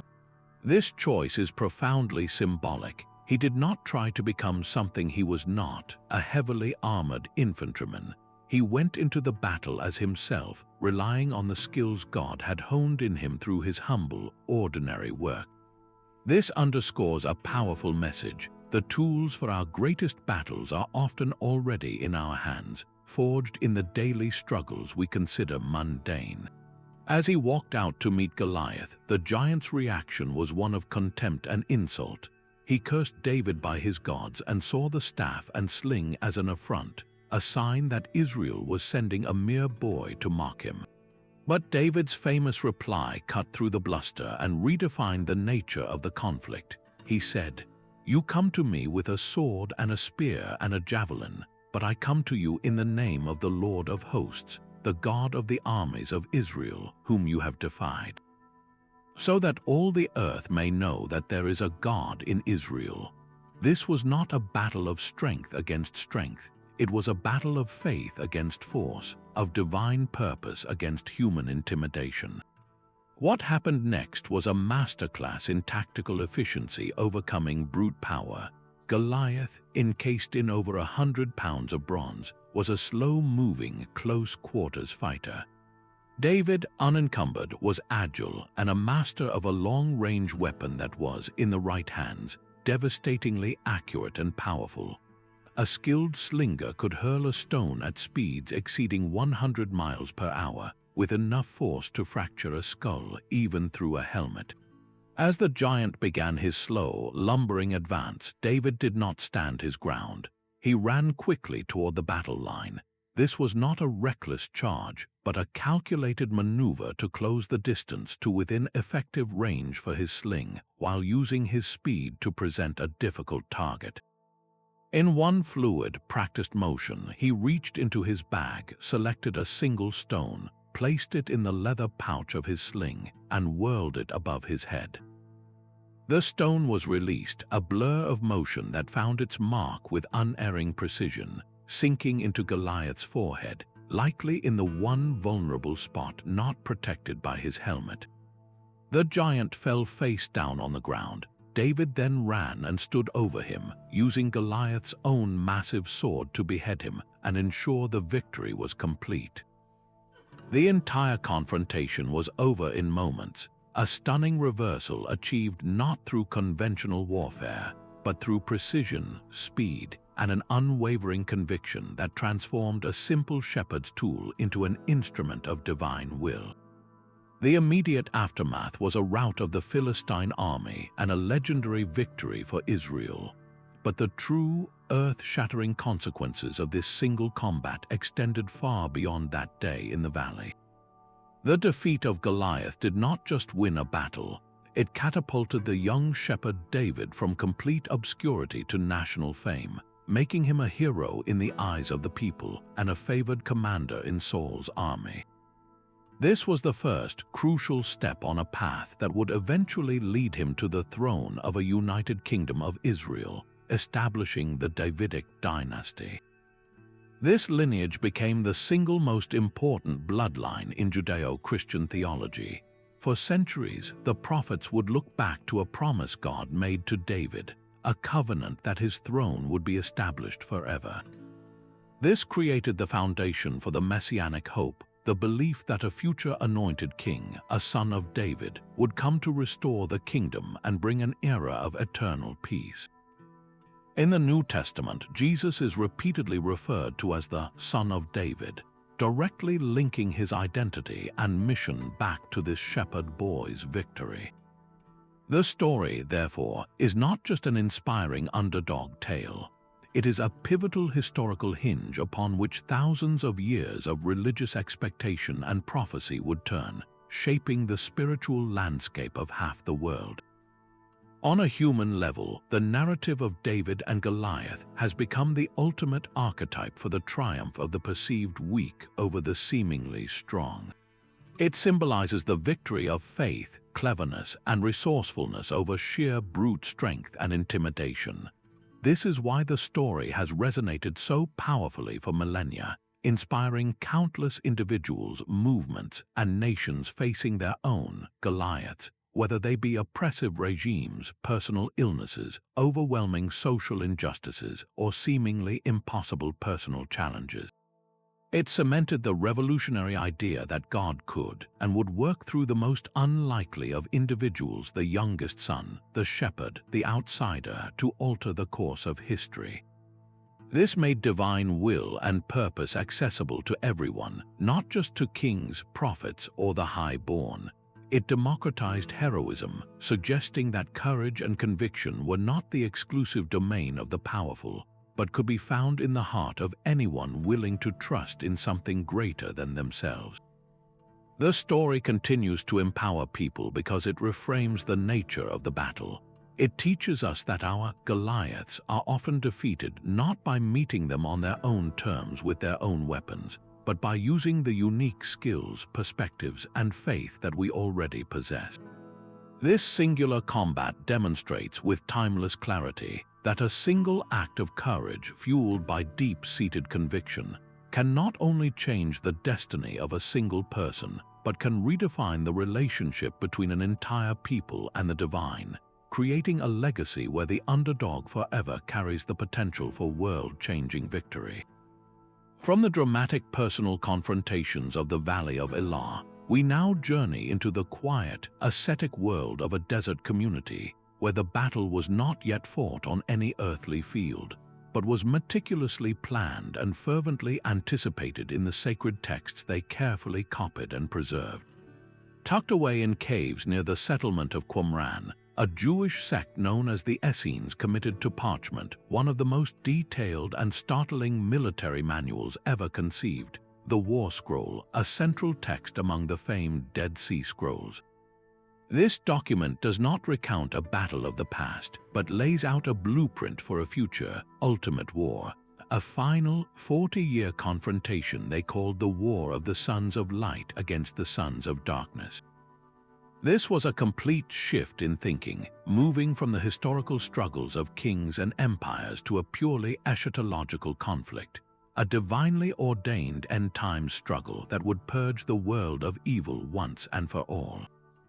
The combatants were clearly defined. On one side, the Sons of Light, comprised of the Essenes themselves, joined by the faithful of Israel and the angelic hosts led by the Archangel Michael. Arrayed against them were the Sons of Darkness, a coalition of their earthly enemies, specifically the Kittim, understood as the Romans, and all the spiritually wicked, led by the demonic prince Belial. This was not merely a war of nations, but a cosmic showdown, the final expression of a dualistic world, where every human conflict was a reflection of a much larger spiritual war raging just beyond the veil of perception. What is so striking about the War Scroll is its extraordinary fusion of the practical and the supernatural, the military and the mystical. The Essenes, living a life of strict ritual purity and separation, envisioned this final war not as a chaotic free-for-all, but as a meticulously orchestrated campaign, divinely designed and divided into distinct phases over its 4-decade span. The scroll provides astonishingly specific details for the earthly army of the Sons of Light. It dictates the exact age of the soldiers, the precise dimensions and inscriptions on their trumpets and shields, and the intricate battle formations they must adopt. It describes a massive 40-year-long conflict divided into a series of engagements, 35 years of fighting against the Kittim and the other nations, followed by a final 5-year struggle against the archetypal enemy, the Sons of Darkness themselves. Yet, layered over this rigid military structure is the constant, active presence of the divine. The war would be fought with the direct intervention of the angelic forces. The Archangel Michael is named as the celestial commander, and the scroll includes specific prayers and liturgies to be recited before and during the battle, invoking God's power to shatter the enemy. The outcome, crucially, was already known. The scroll explicitly states that God had predetermined the victory for the Sons of Light. This creates a fascinating theological tension. The war was both foreordained and yet required the active, pure, and courageous participation of the faithful. They had to train, to fight, and to maintain their ritual purity, not to change the outcome, but to fulfill their essential role within the divine plan. Their earthly struggle was the physical enactment of a celestial victory that had already been decided in the heavenly realms. For the Essene community, living under the shadow of the powerful and often oppressive Roman Empire, this visionary battle was not an abstract fantasy. It was a powerful ideological framework that gave profound meaning to their present suffering and isolation. As a persecuted minority who saw themselves as the only true keepers of God's covenant, their daily life of hardship and marginalization could have been interpreted as a sign of divine abandonment. Instead, the War Scroll reframed their entire existence. Their suffering was not meaningless. It was a necessary preparation for their ultimate vindication. Their strict codes of purity, their separation from the mainstream of Jewish society, their intense study of Scripture, all of this was a form of spiritual and military training for the great conflict to come. They were not a powerless fringe group. They were God's special forces, waiting in the desert for the moment they would be unleashed alongside the angels to establish God's kingdom on earth. This belief provided an immense source of hope and resilience. It assured them that their current struggles, their persecution, and their faithfulness in the face of a corrupt world had eternal significance. They were on the winning side, and the greater the present adversity, the more glorious their future victory would be. This mindset empowered them to endure, to maintain their communal identity, and to face the uncertainties of their time with a sense of purpose and unshakable conviction. The legacy of this visionary conflict extends far beyond the dusty caves of Qumran. The War Scroll's detailed fusion of earthly warfare and angelic intervention created a powerful template for the concept of holy war that would deeply influence later Jewish and Christian apocalyptic thought. Its depiction of a final, decisive battle between the cosmic forces of good and evil, led by a messianic figure and the Archangel Michael, provided key ingredients for the development of the idea of Armageddon. This concept of a final, world-ending confrontation where God's people are ultimately vindicated after a period of intense tribulation, became a central pillar of Western eschatology. You can see its echoes in the Book of Revelation's Great Battle, in various medieval and modern millennialist movements, and in the foundational narratives of several major world religions. The belief in a preordained final victory has repeatedly proven to be a double-edged sword throughout history. On one hand, it can foster incredible resilience, allowing persecuted communities to endure unimaginable hardship with dignity and hope, their eyes fixed on a future where justice will finally prevail. On the other hand, this same belief can sometimes lead to a dangerous fatalism or even fuel aggressive acts, as groups may feel empowered to force the hand of prophecy, believing their actions are part of an inevitable divine script. The war of the sons of light against the sons of darkness, therefore, stands as a profound testament to the power of belief to shape human action. It shows how a vision of a future cosmic battle can provide the strength to endure a painful present, while simultaneously embedding into our cultural consciousness the enduring idea that history is marching toward an ultimate, redemptive conflict that will forever settle the score between light and darkness. While the Norse gods faced a single, final doom at Ragnarok, and the Greek Olympians fought wars that had a clear beginning and end, the Egyptian cosmos was locked in a conflict without any final resolution. Imagine the profound vulnerability of a world where the sun's return each morning could never be taken for granted. This was the reality for the ancient Egyptians, whose entire existence depended on the outcome of a battle fought in a realm invisible to them, a struggle that repeated every single night. As the sun god Ra completed his journey across the sky, his solar bark would dip below the horizon and begin its perilous voyage through the 12 hours of the underworld, known as the Duat. This was not a simple transit, it was a gauntlet of terrifying obstacles and deceptive spirits. But the greatest threat of all was the serpent of chaos, Apep, a being of pure, malevolent nothingness. Apep represented the opposite of creation, the formless void that existed before time, and the eternal hunger to return to that state. His goal was singular and catastrophic: to devour Ra, extinguishing the sun forever and plunging the cosmos back into the primordial darkness from which it emerged. The stakes of this nightly confrontation were absolute. The continuation of life, time, and reality itself hung in the balance with every sunset. What makes this conflict so unique and philosophically profound is its cyclical, unending nature. This was not a one-off myth explaining a past event. It was a description of an ongoing, eternal process. The victory over Apep was not a trophy to be placed on a shelf. It was a fragile achievement that had to be earned again and again, each and every night without fail. This transformed the entire Egyptian worldview from one of static peace to one of dynamic, perpetual struggle. The concept of Mat, the cosmic order of truth, justice, and harmony, was not seen as a default state of the universe. It was a precious and precarious condition, constantly under assault by the forces of Isfet, or chaos, personified by Apep. The sun's rising was not just a natural phenomenon, it was the daily, visible proof that Mat had triumphed once more. This created a cosmology where stability was not a given, but a hard-won prize, demanding constant vigilance and effort from every level of existence, from the highest god to the lowliest mortal.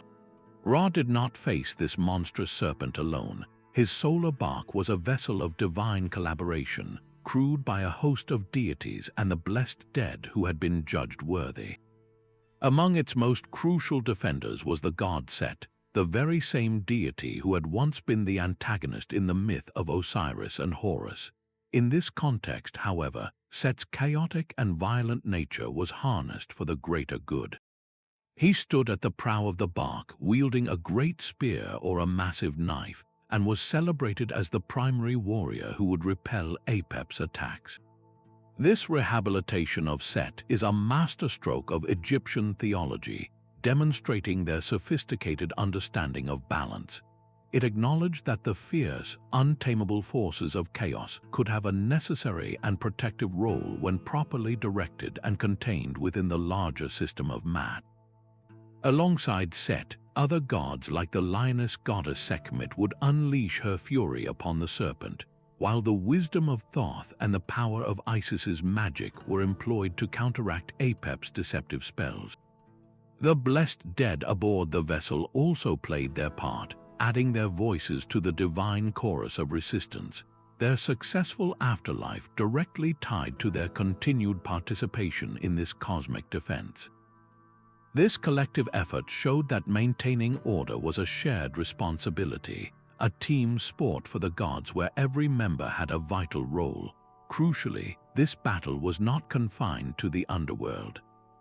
The ancient Egyptians believed in a principle of cosmic sympathy, where actions in the human realm could directly influence events in the divine one.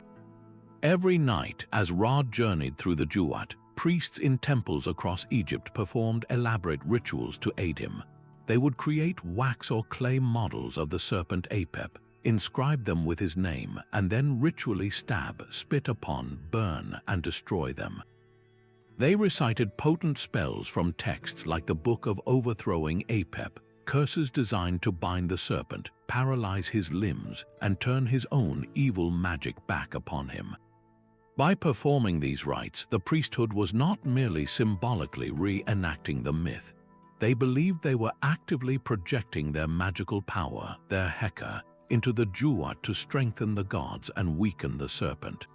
This created an unbreakable link between daily religious practice and cosmic survival. The average Egyptian might not have been in the temple, but they understood that the pharaoh, as the living embodiment of Horus, and his priests were their representatives in this eternal war. Their taxes supported the temples, their prayers contributed to the collective will for order, and their adherence to a moral life upheld Maat on earth, which in turn fortified it in the heavens. The entire society was organized as a support system for the sun god's nightly battle. The profound lesson embedded in this endless struggle is that existence is fundamentally a state of active maintenance, not passive enjoyment. The Egyptians did not see the world as a finished product, but as a continuous project requiring daily effort and renewal. The daily victory over Apep provided them with an immense sense of security and predictability, not because they believed the battle was easy, but because they had faith in the system designed to win it. Their worldview was one of profound resilience. They accepted struggle as an inherent and necessary part of a functioning cosmos. This philosophy permeated their entire civilization, from the relentless, cyclical work of farming along the Nile, fighting back the chaos of the desert to bring forth life, to the monumental, enduring architecture of their pyramids and temples, which were designed as eternal bastions of Maat against the encroaching sands of time and disorder. The myth of Apep taught them that setbacks, darkness, and chaos are inevitable, but they are not final. The sun, and with it order and life, can always be won back through collective will, ritual correctness, and unwavering courage. This was not a narrative that promised a final victory over evil, but one that equipped a people to live with purpose and resilience in a universe that demanded their constant participation. It was a civilization built on the understanding that the dawn is never free. It is earned through the struggles of the night, a timeless reminder that the light we often take for granted is the product of a battle fought on our behalf in the hidden hours. The legend of Arthur's final stand at Camlan is steeped in a particular kind of sorrow, one that feels less like a clean ending and more like a slow, mournful sunset over a land that will never be the same again.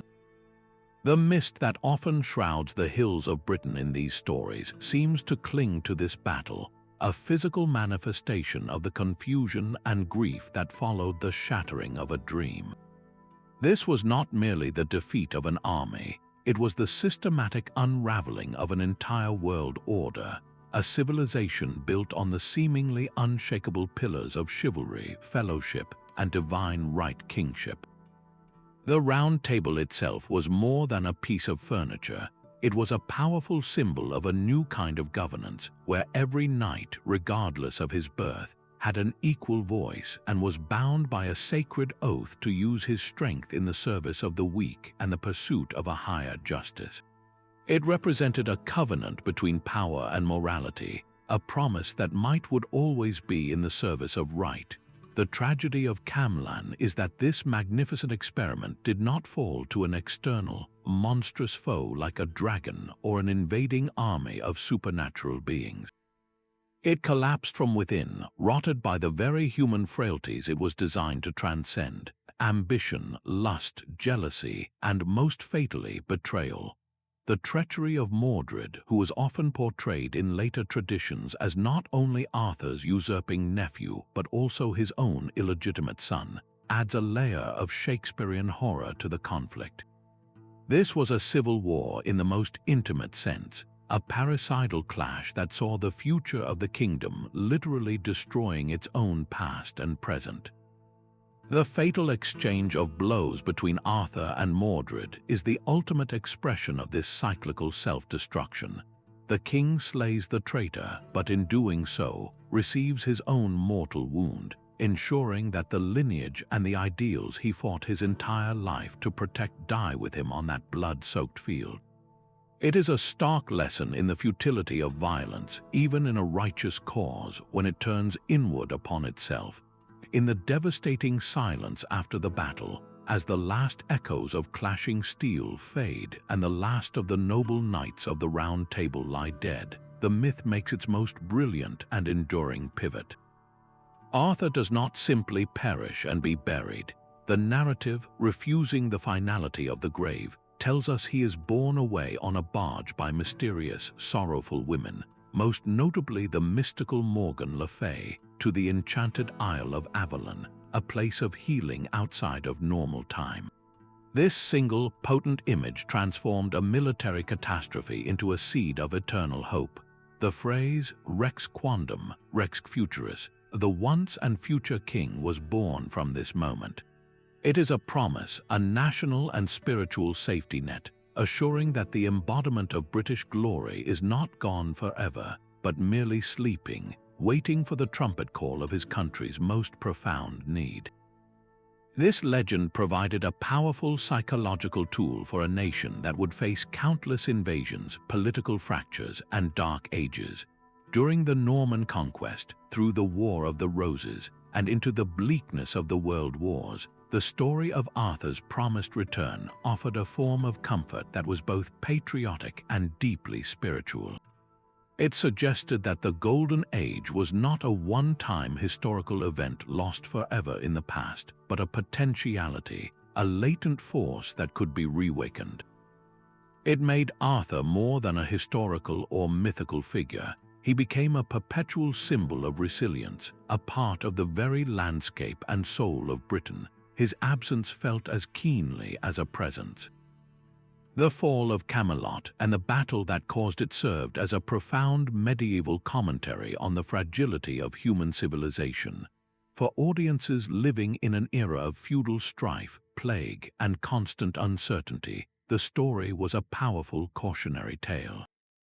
It demonstrated with heartbreaking clarity how quickly order can disintegrate into chaos, and how vulnerable even the most just and well-ordered society is to the corrosive effects of human sin and the relentless turning of fortune's wheel. The medieval mind was deeply preoccupied with the concept of translatio imperii, the translation of empire, the idea that kingdoms and golden ages rise and fall in a great historical cycle. Camlan marked the definitive end of one such golden age for Britain, the transition from a time of mythical unity and virtue to the messy, compromised, and often brutal historical period that followed. This embedded a powerful sense of nostalgic loss into the British cultural psyche, a longing for a lost age of harmony that has fueled artistic and literary expression for centuries. Yet, intertwined with this nostalgia is the hope for redemption, the belief that a nation can, through virtue and courage, somehow reclaim a measure of that lost glory. This duality, the mourning for a fallen ideal and the unwavering hope for its return, is the central emotional tension of the Arthurian legacy. When we examine the legend of Camlan through a modern lens, its questions about leadership and legacy resonate with startling clarity. Arthur's story forces us to ask what truly constitutes a successful reign. Is it the battles won and the territory secured? Or is it the stability and moral character of the society left behind? By this measure, Arthur's legacy is profoundly ambiguous. He built a utopia, but one that proved incapable of outliving him. His greatest failure was perhaps a failure of succession. He created a system so dependent on his own personal virtue and authority that it could not survive his passing. This offers a timeless lesson for any leader in any field. Building an institution that can endure beyond the founder requires cultivating new leadership, instilling values deep within the culture, and creating systems that are resilient to the flaws of individuals. The cyclical nature of the legend, with its promise of return, also challenges our linear, progressive view of history. It suggests that time is not a simple forward march, but a spiral where themes, challenges, and perhaps even archetypes recur, demanding that each generation face its own versions of the old struggles between order and chaos, justice and tyranny, loyalty and betrayal. The legend of Arthur's final battle and his sleep in Avalon does not simply tell us about a king who died long ago. It holds up a mirror, asking us to consider the Camelots we are building in our own lives and societies, and what we are doing to ensure that their ideals are not so fragile that they can be shattered by a single, tragic day in the misty hills. After exploring the tragic finality of Camlan, we now turn to a conflict that has no end at all, a war that defines the very pulse of existence in one of the world's oldest living traditions. In the vast, intricate cosmology of Hinduism, the struggle between the Devas and the Asuras is not a single, decisive event recorded in a sacred book and then concluded. It is the eternal background hum of the universe, a cyclical rhythm of conflict as regular as the tide and as inevitable as the turning of day into night. The Devas, often translated as the Shining Ones, are the deities who govern the forces of nature, wisdom, and cosmic order, known as Dharma. They represent the light of consciousness, the pull towards spiritual awakening, and the harmony of a life lived in accordance with truth. Their eternal adversaries, the Asuras, are not simple monsters of pure evil. Their name itself suggests divine beings or lords of the primal life force, but they are beings who wield their immense power for selfish, materialistic, and egotistical ends. They embody the compelling forces of darkness not as an external villain, but as the seductive call of the material world, the intoxication of power, and the illusion of a separate self, or ahamkara. This endless tug of war between these two fundamental energies is the engine of the cosmos itself, a dynamic tension without which creation would stagnate and cease to evolve. It is a vision of reality where the battle between light and shadow is not a problem to be solved, but the very condition of existence. A perfect crystallization of this complex relationship, where cooperation and conflict are inextricably linked, is found in the magnificent myth of the churning of the ocean of milk, the Samudra Manthan. The backstory is that a curse has weakened both the Devas and the Asuras, leaving them vulnerable and mortal. The only remedy is the nectar of immortality, Amrita, which lies hidden at the bottom of the cosmic ocean. Realizing that neither side can accomplish this Herculean task alone, they form a temporary, uneasy alliance. They uproot the mighty Mount Mandara to use as a churning rod. The great serpent Vasuki, a king of the Nagas, agrees to serve as the churning rope, the Devas take hold of Vasuki's tail, while the Asuras, believing themselves cleverer, take the head. They begin to pull back and forth, churning the primordial waters with a colossal, rhythmic effort. This image is profoundly symbolic. The mountain represents the axis of the world, the central pillar of spiritual discipline. The serpent is the vast, coiled energy of the cosmos, the Kundalini power that can be used for creation or destruction. The very act of churning signifies the intense effort required to distill immortality from the chaotic soup of ordinary life. It is a process that demands the combined energies of both our noble aspirations and our base desires. We cannot reach enlightenment by denying our earthly nature, but only by engaging with it, harnessing it, and transforming it through disciplined effort. Yet, as the churning proceeds, it is not the Amrita that emerges first. The process itself brings forth both wonders and horrors, a vivid metaphor for the mixed outcomes of any great human endeavor. From the ocean depths arises a deadly poison, Halahala, so toxic it threatens to consume all of creation. The world begins to suffocate, and both Devas and Asuras are paralyzed with fear. In this moment of crisis, it is the transcendent god Shiva who intervenes.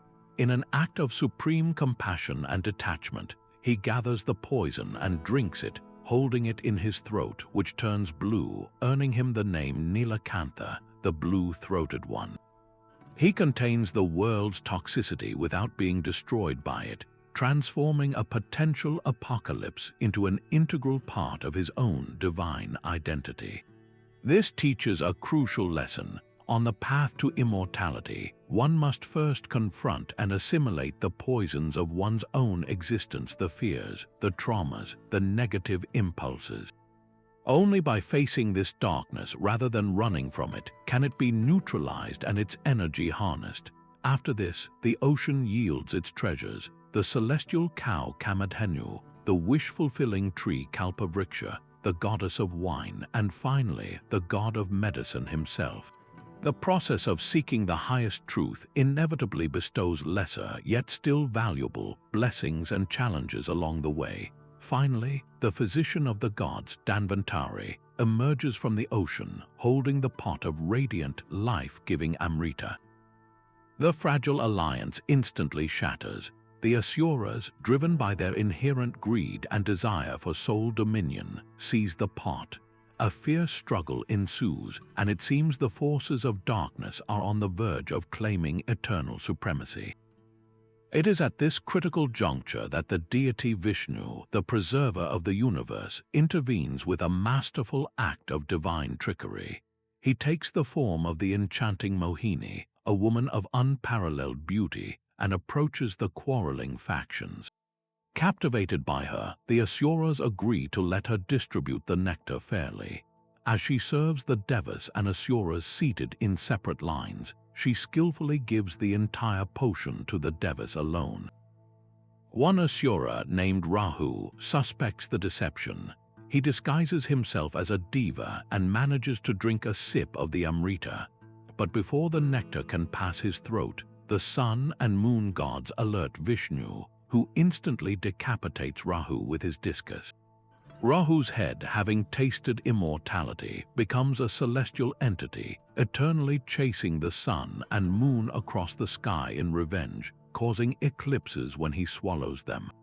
This resolution is not a final victory of good over evil, but a strategic maneuver that ensures the temporary preservation of cosmic order.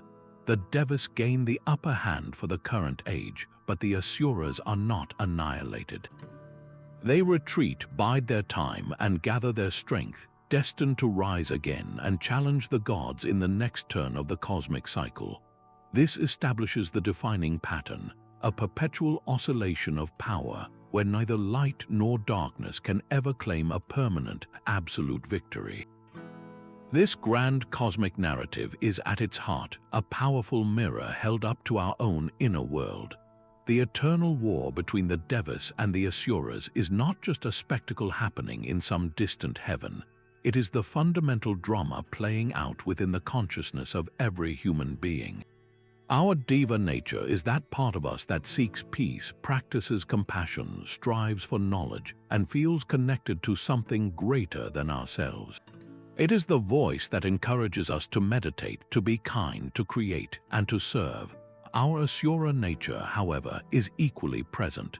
It is the part of us that craves material possessions, that hungers for recognition and power, that is ruled by ego and the insistent demands of the senses. It is the voice that whispers we are not enough, that we need more to be happy, that our separateness is our strength.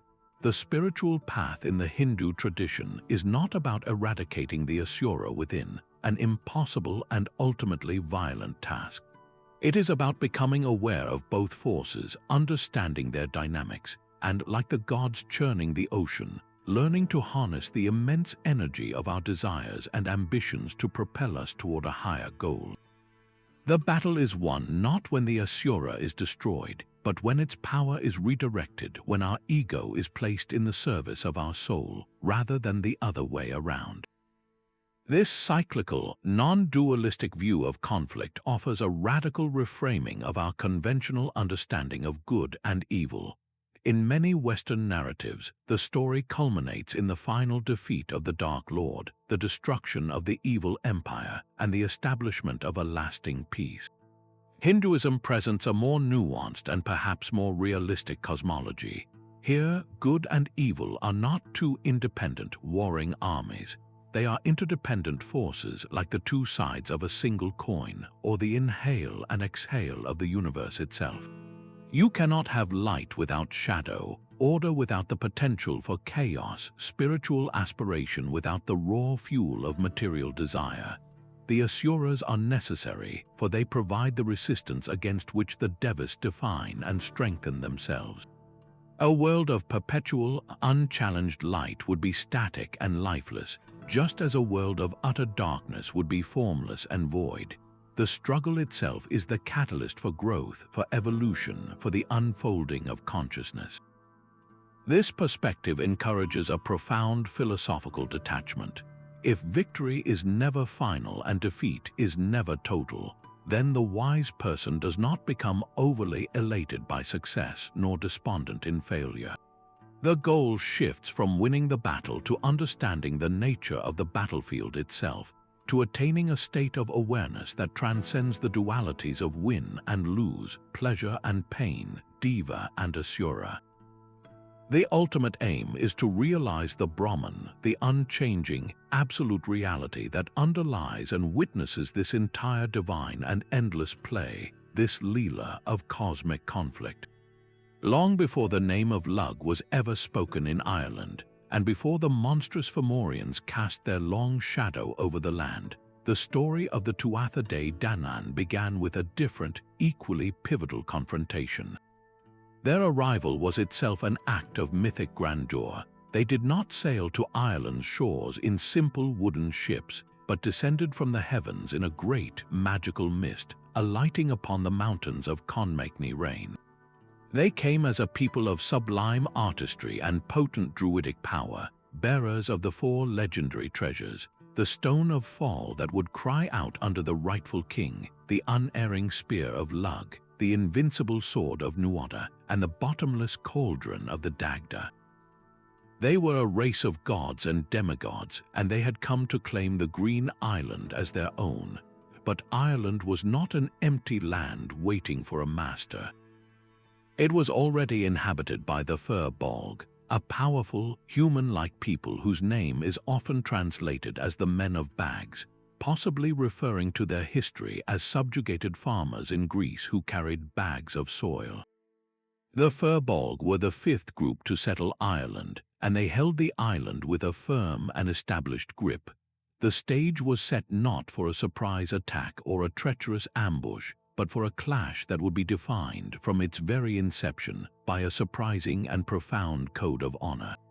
This first great conflict, the Battle of Mog Tuairad, often distinguished from the later, more famous battle against the Fomorians as the First Battle, stands out in the annals of mythology for its formal and almost chivalrous prelude. When the Tuatha Dé Danann arrived, they did not immediately draw their magical swords. Instead, they sent an emissary to the fur-bald king, Eochaid mac Aiach, with a formal demand for the kingship of Ireland. They presented their claim not as a right of conquest, but as a matter of lineage and destiny, asserting they were the descendants of the earlier Nemedians who had once held the land.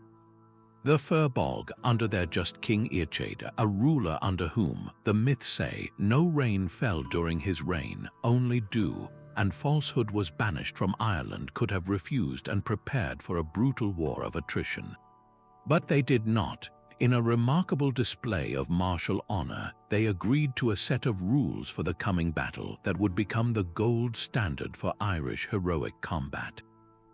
They consented to fight on a level, open plain, the field of Mog Tuirat itself, so that neither side would have a geographical advantage. Most remarkably, they agreed to limit the numbers on each side to ensure the fight was fair, a concept that placed the glory of a righteous victory above the simple pragmatism of overwhelming force. This established a template for conflict where the how of the battle was as important as the why, a principle that would echo through the tales of Cu Chulainn and the Fianna for centuries to come. It was a war fought with one foot already in the realm of sacred ritual, a deadly but dignified contest for the soul of a nation. The battle itself was a ferocious and bloody affair, a swirling melee of spear, sword, and shield that raged for 4 long days. The magical arts of the Tuatha Dé Danann clashed with the stout-hearted courage and martial skill of the Firbolg. It was a contest of equals, a fact that underscores the formidable nature of the Firbolg, who, though lacking the overt divine power of their opponents, held their own through sheer valor and strength. The turning point of the battle, and the event that would have the most profound consequences, was a personal tragedy for the Tuatha Dé Danann. Their noble and beloved king, Nuada Ergitlom Nuada of the Silver Hand, found himself locked in single combat with the mightiest champion of the Firbolg, a warrior named Esreng. In a devastating exchange, Esreng's sword swept down with such force that it cleanly severed Nuada's arm at the shoulder. The king's life was saved by his own warriors, who rushed him from the field, but the damage was done. The Tuatha Dé Danann, though they eventually pushed the Firbolg to the brink and secured the victory, had won a kingless and deeply wounded triumph. The loss was catastrophic not just for Nuada's body, but for the very legitimacy of his rule. In the strict, unbending code of Irish kingship, a king had to be physically whole and flawless without any visible blemish. This requirement, known as the principle of Fir Flathiman or the ruler's truth, was not mere superstition. It was a cosmic law. A king who was maimed was seen as intrinsically linked to the land he ruled. His physical imperfection was a sympathetically mirrored flaw in the kingdom itself, which would lead to blight, famine, and disorder. A flawed king meant a flawed reign, and the land would suffer accordingly. For the sake of Ireland's prosperity, Nuada, the victorious leader, had no choice but to abdicate his throne. This forced abdication created a desperate power vacuum at the very moment the Tuatha Dé Danann needed strong, unifying leadership to consolidate their hard-won victory. Their triumph over the Firbolg was as a result a classic Pyrrhic victory. They had gained the land, but they had lost their rightful king and were left politically vulnerable. In their search for a new leader, they made a fateful and ultimately disastrous choice. They turned to a figure of compromise, a man named Brez, whose name itself would later become a byword for bad kingship. Brez's appeal was his lineage. He was the son of a Tuatha Dé Danann woman named Iri, but his father was a Fomorian king, Elatha. The Tuatha Dé Danann, hoping to forge a diplomatic bridge to the powerful and often hostile Fomorian race, saw in Brez a chance for peace and stability. They believed his mixed heritage could unite the two peoples, but Brez, whose name might mean the beautiful, was a ruler of stunningly shallow character. He possessed the handsome, physically flawless form required of a king, but he was utterly lacking in the two most essential qualities of Celtic sovereignty: generosity and wisdom. His reign was marked by a crushing, oppressive taxation. He demanded exorbitant tributes from his people, forcing the gods themselves to perform menial, demeaning labor, building fortresses and carrying firewood like common servants. He was inhospitable to a fault, a cardinal sin in a culture where a king's generosity was the direct measure of the land's bounty. Under Brez, the poetry, music, and joy that defined the Tuatha Dé Danann withered.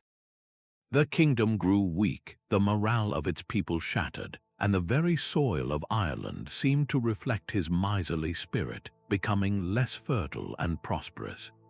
The disastrous reign of King Brez serves as a powerful mythological lesson on the profound difference between holding power and wielding it legitimately. He had the crown and the flawless body demanded by custom, but he lacked the sacred charisma, the fur flathyman, that connected a true king to the well-being of his land and people. His rule was a hollow performance of kingship without its spiritual substance. This period of bitter hardship and oppression, directly resulting from the costly victory in the first battle, was the necessary crucible that forged the resolve for the second, more definitive war.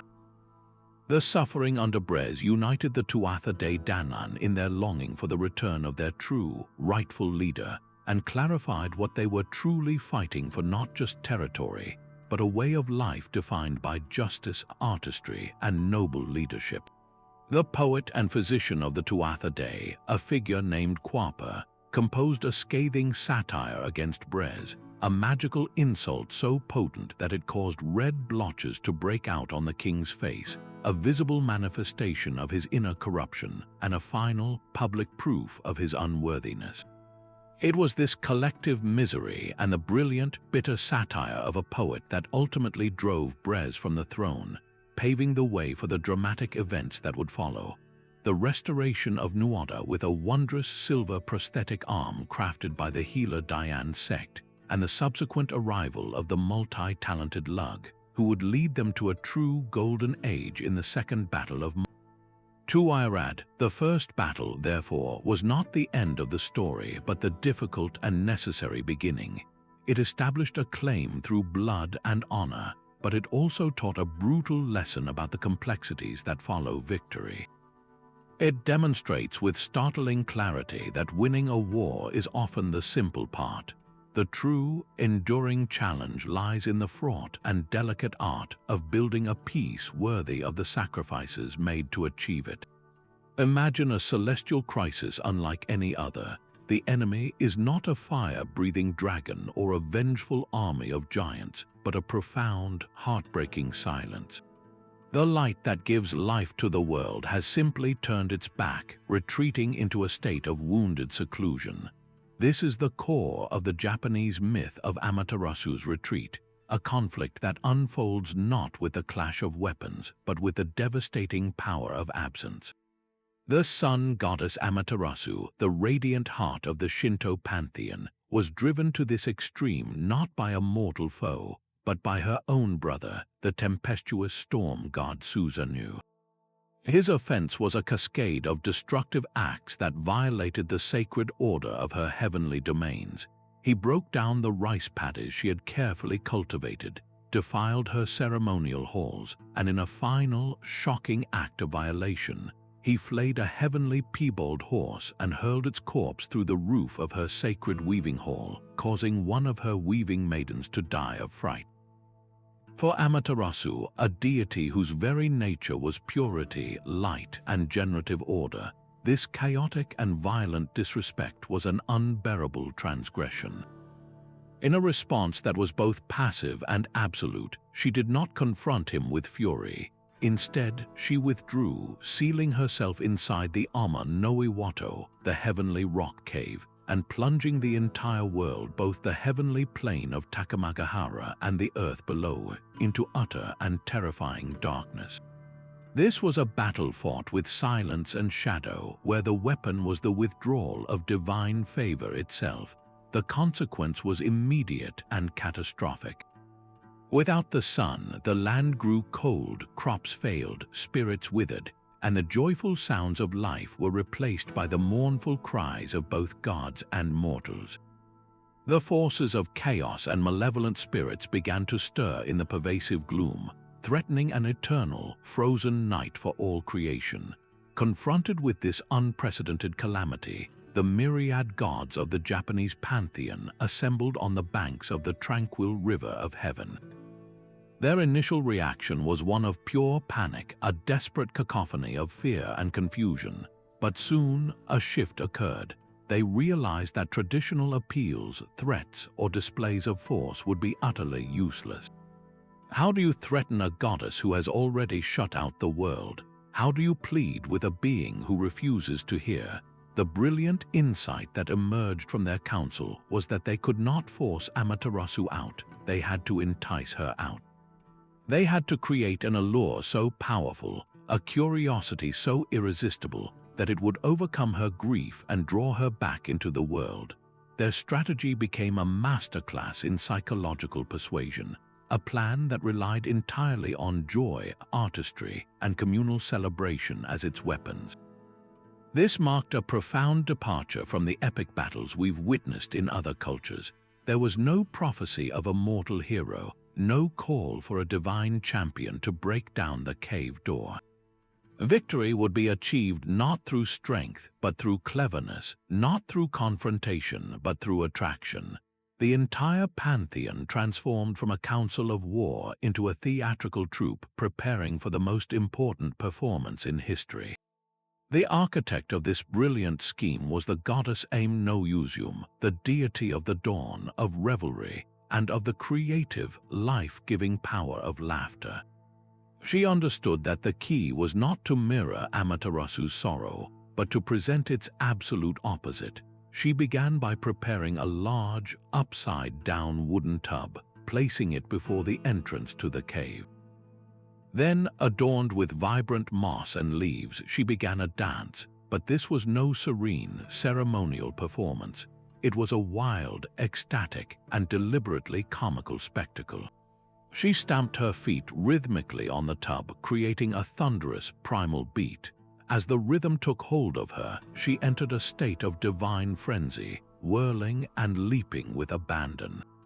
The climax of her performance was breathtakingly audacious. In a moment of sacred provocation, she loosened her garments, exposing her breasts and, according to some versions of the myth, her entire body. The effect on the assembled gods was electric. The sheer, unbridled joy and hilarious absurdity of the scene, performed by a respected goddess, shattered the oppressive atmosphere of dread. A great, rolling wave of laughter erupted from the divine audience, a sound of pure, unadulterated mirth that echoed through the silent darkness. This was not a chuckle, but a cosmic roar of delight, a sonic affirmation of life itself. Inside her rocky prison, Amaterasu heard this extraordinary sound. As the gods had hoped, curiosity began to stir within her. The world was supposed to be shrouded in the grief she had imposed. So what could possibly be the source of such uproarious, genuine joy? Puzzled and intrigued, she opened the massive stone door of the cave just a tiny crack, enough to peer out into the gloom. It was at this precise moment that the second part of the divine plan swung into action. The gods had positioned a magnificent, perfectly polished bronze mirror directly in her line of sight. As Amaterasu peered out, she was confronted with a dazzling, brilliant reflection she had never seen before. Her own radiant countenance, amplified and shimmering in the polished surface. For a moment she was transfixed, staring at this stunning, luminous being of pure light. The myth suggests she did not immediately recognize herself, so captivated was she by the sheer brilliance before her. As she leaned forward, drawn by her own mesmerizing reflection, the gods swiftly seized the opportunity. The mighty god Ame-no-Uzume, whose name means hands of strength, reached out, grasped the rock door, and with a single mighty heave, pulled it completely open, flooding the world with light once more. Another god quickly stretched a sacred Shime-Nawa rope across the entrance behind her, symbolically ensuring she could never retreat again. The crisis was over. The sun had returned not through force, but through the irresistible allure of joy, curiosity, and the clever reflection of her own essential nature. The resolution of this celestial standoff established foundational principles that would resonate throughout Japanese culture for millennia. This myth presents a philosophy of conflict resolution that values harmony, or wa, above all else. The goal was not to defeat Amaterasu, but to restore her to her rightful, harmonious place in the cosmic order. The method was not conquest, but attraction, creating an environment so appealing that reconciliation became the natural and desired outcome. This stands in stark contrast to the Western mythological template, where a hero often slays a monster to restore order.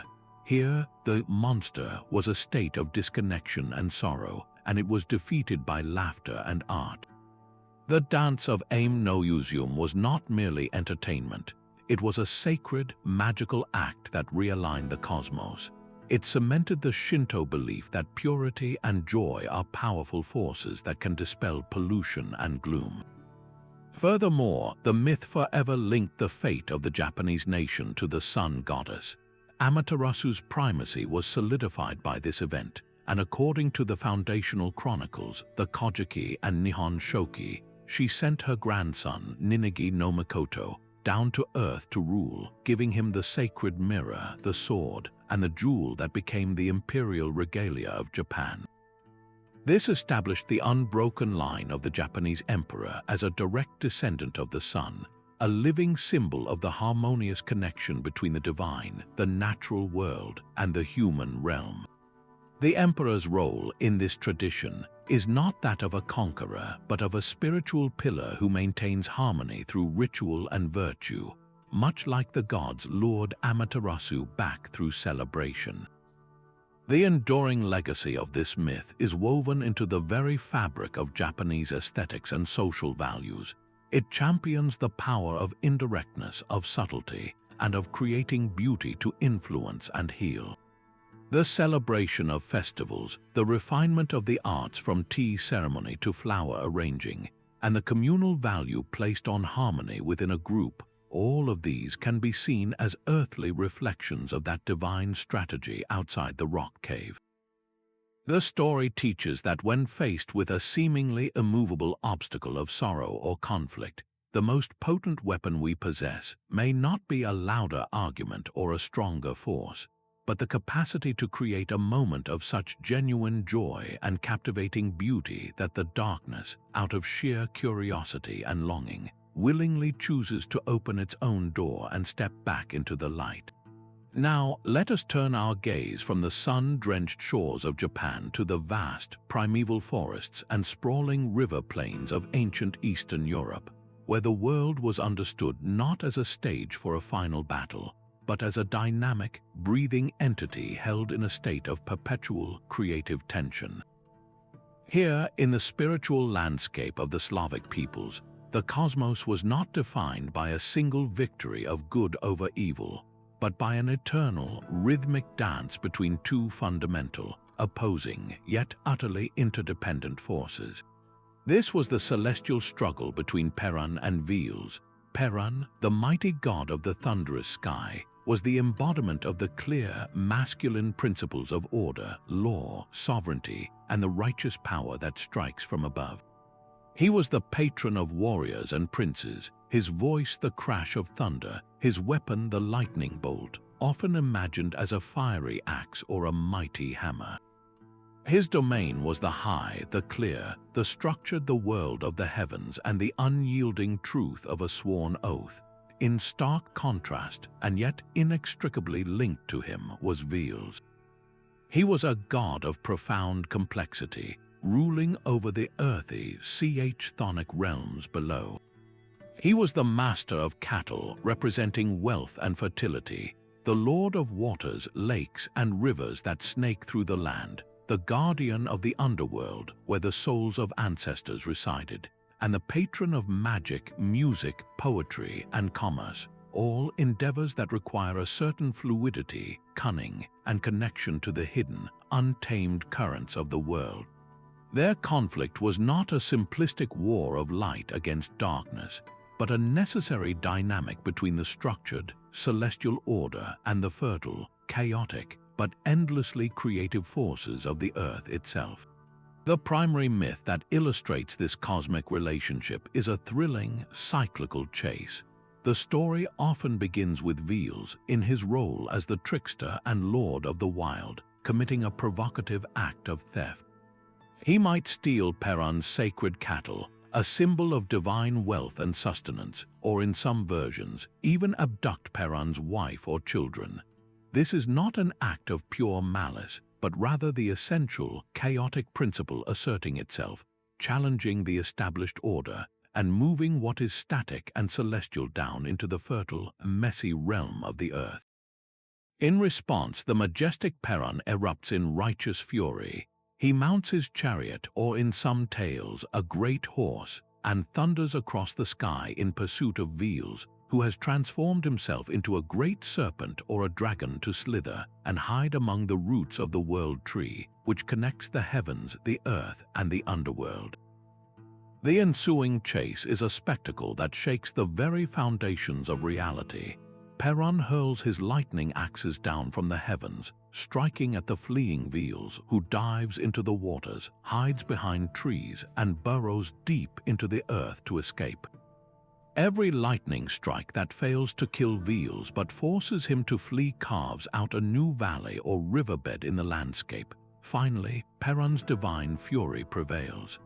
He strikes Veles, wounding him and driving him back down into the depths of his subterranean domain, sealing him beneath the roots of the world. This victory is celebrated as the restoration of cosmic order. But this is not a final victory. It is a temporary resolution in an endless cycle.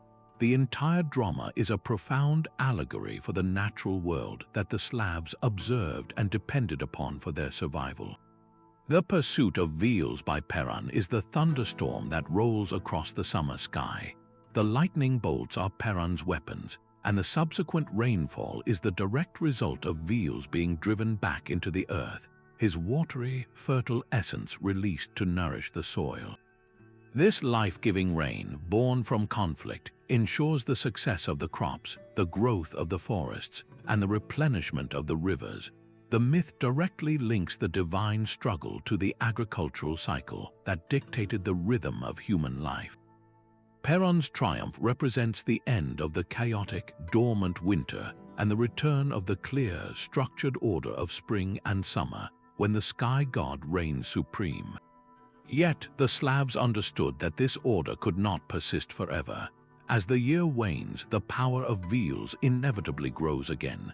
The earth becomes damp and muddy, the waters rise, the boundaries between the worlds grow thin, and the chaotic, creative force begins to stir once more, preparing for the next round in their eternal dance.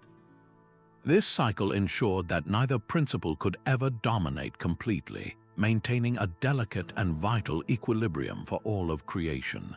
This world, you fostered a unique and sophisticated form of spirituality, one that deeply respected the necessity of both forces.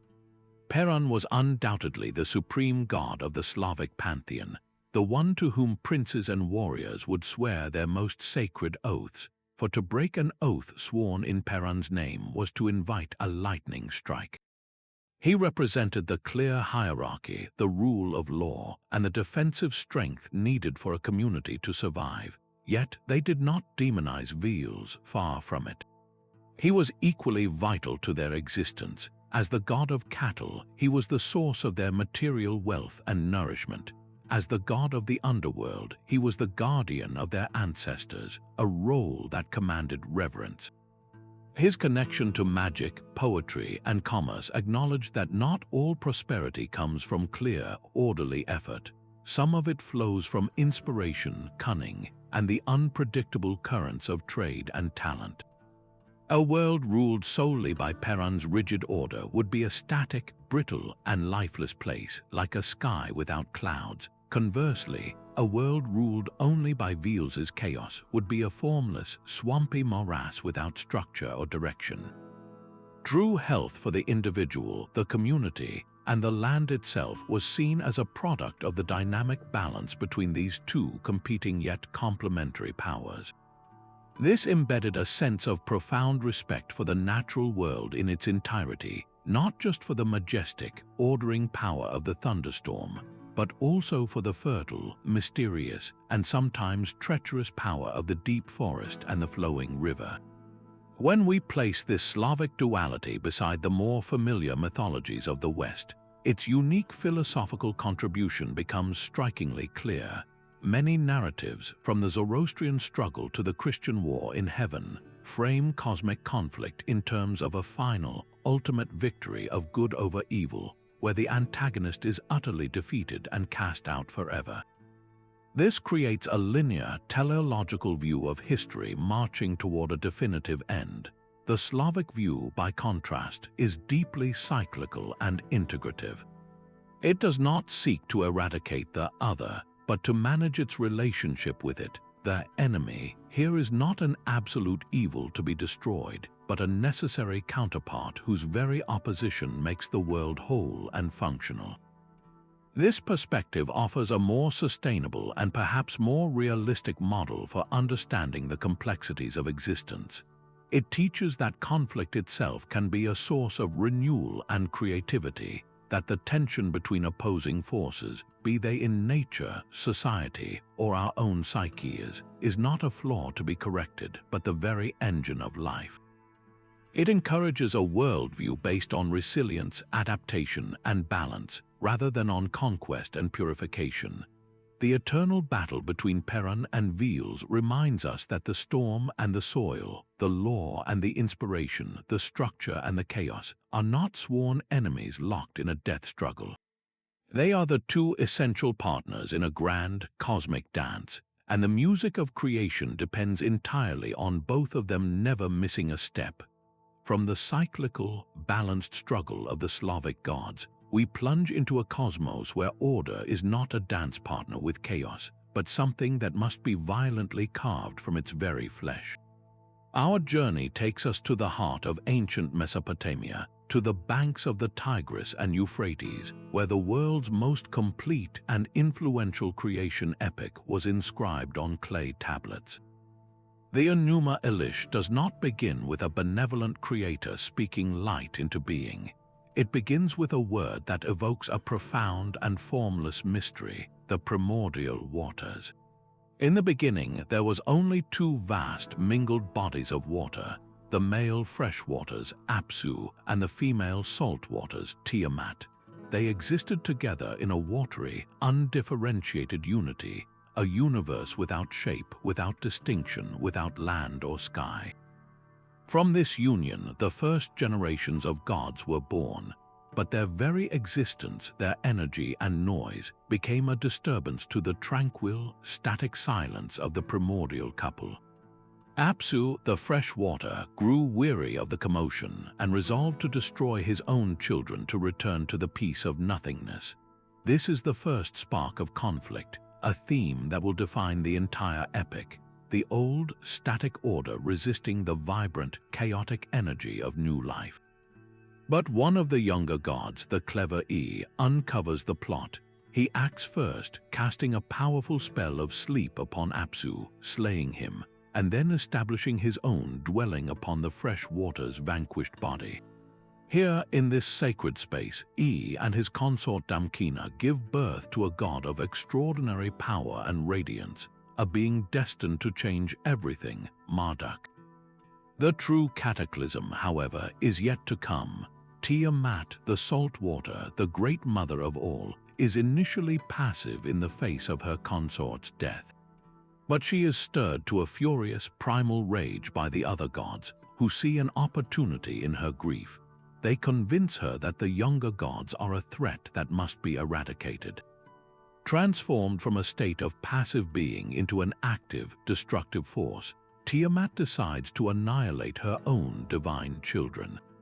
She becomes the ultimate personification of vengeful, chaotic creation, forging an army of monstrous beings, serpents with venom-filled veins, raging dragons, the demonic Lamu, and appointing her new consort, Kingu, as the general of her terrifying host, granting him the powerful tablets of destiny that confer ultimate authority. The younger gods, now facing the wrath of their own mother, the very substance from which they were born, are paralyzed with terror. Their initial attempts to confront her fail utterly. No one among them has the power or the courage to face the mobilized fury of the primordial deep. In their desperation, they turn to the radiant young god Marduk. He sees their fear and agrees to become their champion, but he sets a breathtaking condition. He will confront Tiamat and save them, but only if they grant him undisputed and permanent kingship over the entire Pantheon. In a council of the gods, they agree, bestowing upon him the scepter, the throne, and an invincible weapon. This moment is a pivotal shift in the cosmic power structure, moving from a diffuse, generational authority to the concept of a single, supreme monarch, a model that would be mirrored in the earthly empires to come. The ensuing confrontation is one of the most visually stunning and psychologically potent battles in all of mythology. Marduk does not merely march to war, he prepares like a master strategist, creating his own arsenal for the fight.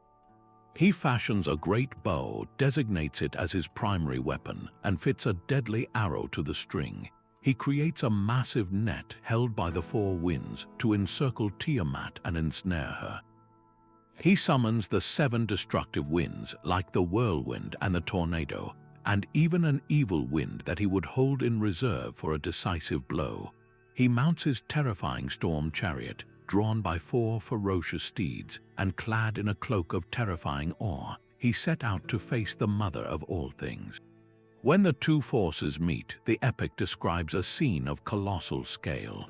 Tiamat alone, we are told, is massive enough to have given birth to the entire Pantheon.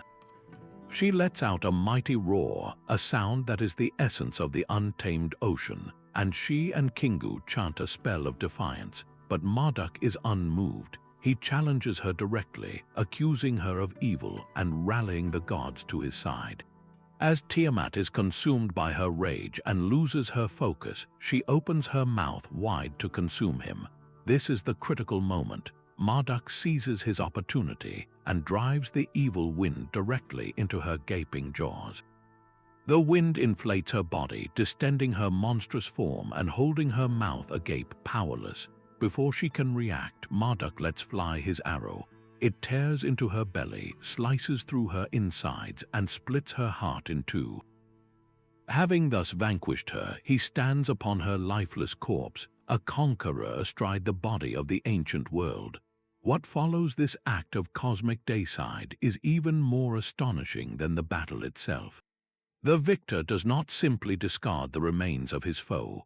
Instead, Marduk, now the unrivaled king, becomes the master architect of the world as we know it. He turns his attention to Tiamat's colossal carcass and begins a work of profound creation through dismemberment. He splits her body into 2 halves like a giant shellfish. With one half, he creates the heavens, arching it overhead to contain the waters above and establishing the stations for the great gods. With the other half, he fashions the earth, the solid ground upon which humanity would one day walk. From her spittle, he forms the clouds and the rain. He directs the flow of the Tigris and Euphrates rivers from her eyes, and he piles mountains over her head and breasts. Her tail, meanwhile, he fixes in the sky as the great band of the Milky Way. This is the ultimate expression of a theme found in many cultures, from the Norse Ymir to the Chinese Pangu. The ordered universe is literally built from the corpse of a vanquished chaos monster. Our reality, with its distinctions between sky and land, day and night, is founded upon an act of violent separation from a preceding, unified but chaotic whole. This myth presents a powerful and sobering answer to the question of origins. Our world of structure and meaning was not born from a gentle word, but from a violent act, a necessary patricide and matricide that ended one form of existence to make room for another, more complex one. The political and theological implications of this victory were as monumental as the cosmic ones. By elevating Marduk to the head of the Pantheon, the Enuma Elish served a very specific and powerful purpose for the city of Babylon. As Babylon rose to become the capital of a vast empire under Hammurabi, its priests crafted and promoted this epic to justify its political supremacy. The story explained that Babylon was not just another city, it was the Axis Mundi, the very center of the universe, because it was the home of the king of the gods. Marduk's victory and subsequent kingship provided a divine mandate for the Babylonian emperor. Just as Marduk brought order from cosmic chaos, the Babylonian king was seen as the one who brought order from earthly chaos, subduing enemies, establishing laws, and building civilization. This established a potent ideological tool for ancient empires, the concept of the divine king, the ruler whose power was legitimized by his role as the earthly representative of the cosmic order bringer. This model of kingship, where political authority is directly linked to a mythological victory over chaos, would echo throughout the Near East and influence subsequent empires for centuries. The myth, therefore, is not just a story about the beginning of the world. It is a foundational document about the beginning of power, explaining and justifying the social and political hierarchy of the Babylonian state as a reflection of the divine hierarchy established at the dawn of time. And so we arrive at a war that begins not with a stolen bride or a usurped throne, but with a conversation in a royal bedroom, a moment of domestic friction that spirals into a nationwide catastrophe. The great Irish epic, the Táin Bó Cúailnge, or the cattle raid of Cooley, opens with Queen Medb of Connacht and her husband King Ailill comparing their personal fortunes. As they lie in bed, a seemingly harmless competition erupts over who possesses the greater wealth. They tally their lands, their jewels, their flocks, and find themselves perfectly matched until Ailill produces a magnificent white-horned bull of unparalleled quality, a treasure Medb cannot equal.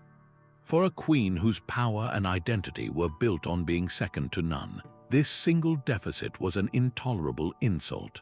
Her pride, her very sovereignty, was publicly challenged by her own husband. Refusing to be bested, she immediately sought to acquire the only bull in Ireland that could outshine her husband's, the Don Cúailnge, the phenomenally powerful brown bull of Cooley, who resided in the province of Ulster. When the owner of the bull rightfully refuses to part with such a vital symbol of his land's prosperity, Medb does not negotiate or offer a better price. She assembles a massive army from all corners of Ireland and launches a full-scale invasion of Ulster to take it by force. A nation is plunged into war not over a matter of survival or high principle, but to settle a marital spat and soothe a queen's wounded vanity. It is a breathtakingly human and flawed origin for an epic, reminding us that history's greatest conflicts are often ignited by the most ordinary and petty of human emotions: pride, envy, and the desperate need to be seen as superior, even to one's own spouse. Standing between this colossal army and the prize they sought was not the full might of Ulster's warriors, but a single, almost inhumanly formidable teenager. A curse had fallen upon the men of Ulster, afflicting them with the debilitating pains of childbirth at their moment of greatest need, leaving the province defenseless. Their one hope was their preternatural champion, Cuchulainn. He was not a conventional general but a phenomenon, a demigod of war who could wield supernatural weapons and transform his body into a terrifying, distorted battle frenzy known as his ryostrad or warp spasm. His very appearance would become monstrous, with one eye sucking deep into his head and the other bulging out, his mouth stretching to his ears and a hero's light rising from his crown. His task was to perform a solo defense of the entire Ulster border, a feat he accomplished not through pitched battle, but through a ruthless and brilliant application of guerrilla tactics and psychological warfare. He used the land itself as his ally, creating intricate obstacles and pitfalls to slow the advance. He invoked the ancient right of single combat, challenging the champions of Connacht to meet him one by one at a ford. There, with his legendary spear, the Gi Bolga, a barbed weapon that would scatter a man's insides upon entry, he defeated and slew a seemingly endless stream of warriors, beheading them and piling their heads high as a grisly warning to the rest of the army. Each day he held the line, his youthful face and terrifying prowess becoming a symbol of impossible resistance. He was a one-boy army, a force of nature whose very existence became the only thing preventing the complete conquest of his homeland, a testament to how a single individual, pushed to their absolute limit, can alter the strategic reality for an entire people. Yet this mortal war was never truly just a conflict between men. The Celtic otherworld, with its capricious and powerful deities, was a constant, intervening presence. Chief among them was the Morrigan, the great goddess of sovereignty, war, and fate, a shape-shifting crow who reveled in the chaos of battle. She did not simply observe, she actively participated, testing and shaping the destiny of the hero. She first appeared to Cuchulainn in the form of a beautiful young woman, offering him her love and with it her aid in the coming fight. But the young hero, focused solely on his duty, spurned her advances. Enraged, the goddess then became his antagonist, attacking him in a series of animal forms, as an eel to trip him in the river, as a she-wolf to stampede cattle across his path, and as a red heifer leading the herd. In each form, Cuchulainn wounded her, but in doing so, he fulfilled a prophecy and bound her power. Later, as he fought his most difficult battle, she appeared to him as an old woman milking a cow, and she offered him 3 drinks of milk. With each drink, he blessed her, and his blessings unknowingly healed the wounds he had inflicted upon her. This complex dance of offer, rejection, conflict, and reconciliation shows the gods not as distant arbiters, but as deeply invested players whose own pride and desires are entangled with the fates of mortals. The Morrigan was not simply good or evil. She was a personification of the war itself, its unpredictable fortunes and its terrible cost. And Cuchulainn's relationship with her demonstrated that even the greatest hero must navigate the whims of these powerful, passionate forces that see human conflicts as their own personal dramas. The ultimate expression of this tragic interplay between the divine and the human, and the emotional core of the entire epic, is the heart-wrenching duel between Cuchulainn and his foster brother, Fenrir. They had been raised together as boys, trained in the same warrior schools, and had sworn oaths of lifelong friendship and loyalty. They were closer than brothers. Yet when Queen Medb, in her cunning, could find no one else willing to face Cuchulainn, she used a combination of bribery, shame, and appeals to Fenrir's own warrior pride to compel him to break his oath and fight his dearest friend. The confrontation that follows is one of the most poignant in all of world literature. For 3 days, the 2 champions fought at the ford, evenly matched in skill and power. They began with the lighter weapons of their youth, each blow weighted with shared memory. At the end of each day, they would cease fighting, embrace, and send each other healing herbs and food for the night, their personal bond painfully intact even as they tried to kill each other by daylight. They shared stories and lamented the cruel fate that had forced them into this position. But on the 4th day, the fight grew deadly serious. They moved to their heavier, more destructive arms, and the friendly exchanges ended. The conflict between their sacred tribal duty and their profound personal love became an unbearable tension. In the end, Cuchulainn was forced to resort to his ultimate, terrible weapon, the Gi Bolga, which only he could wield. He launched the spear, and it found its mark, tearing through Fenrir's body. As his friend lay dying, Cuchulainn cradled him, weeping openly and singing a lament for the man he was forced to kill.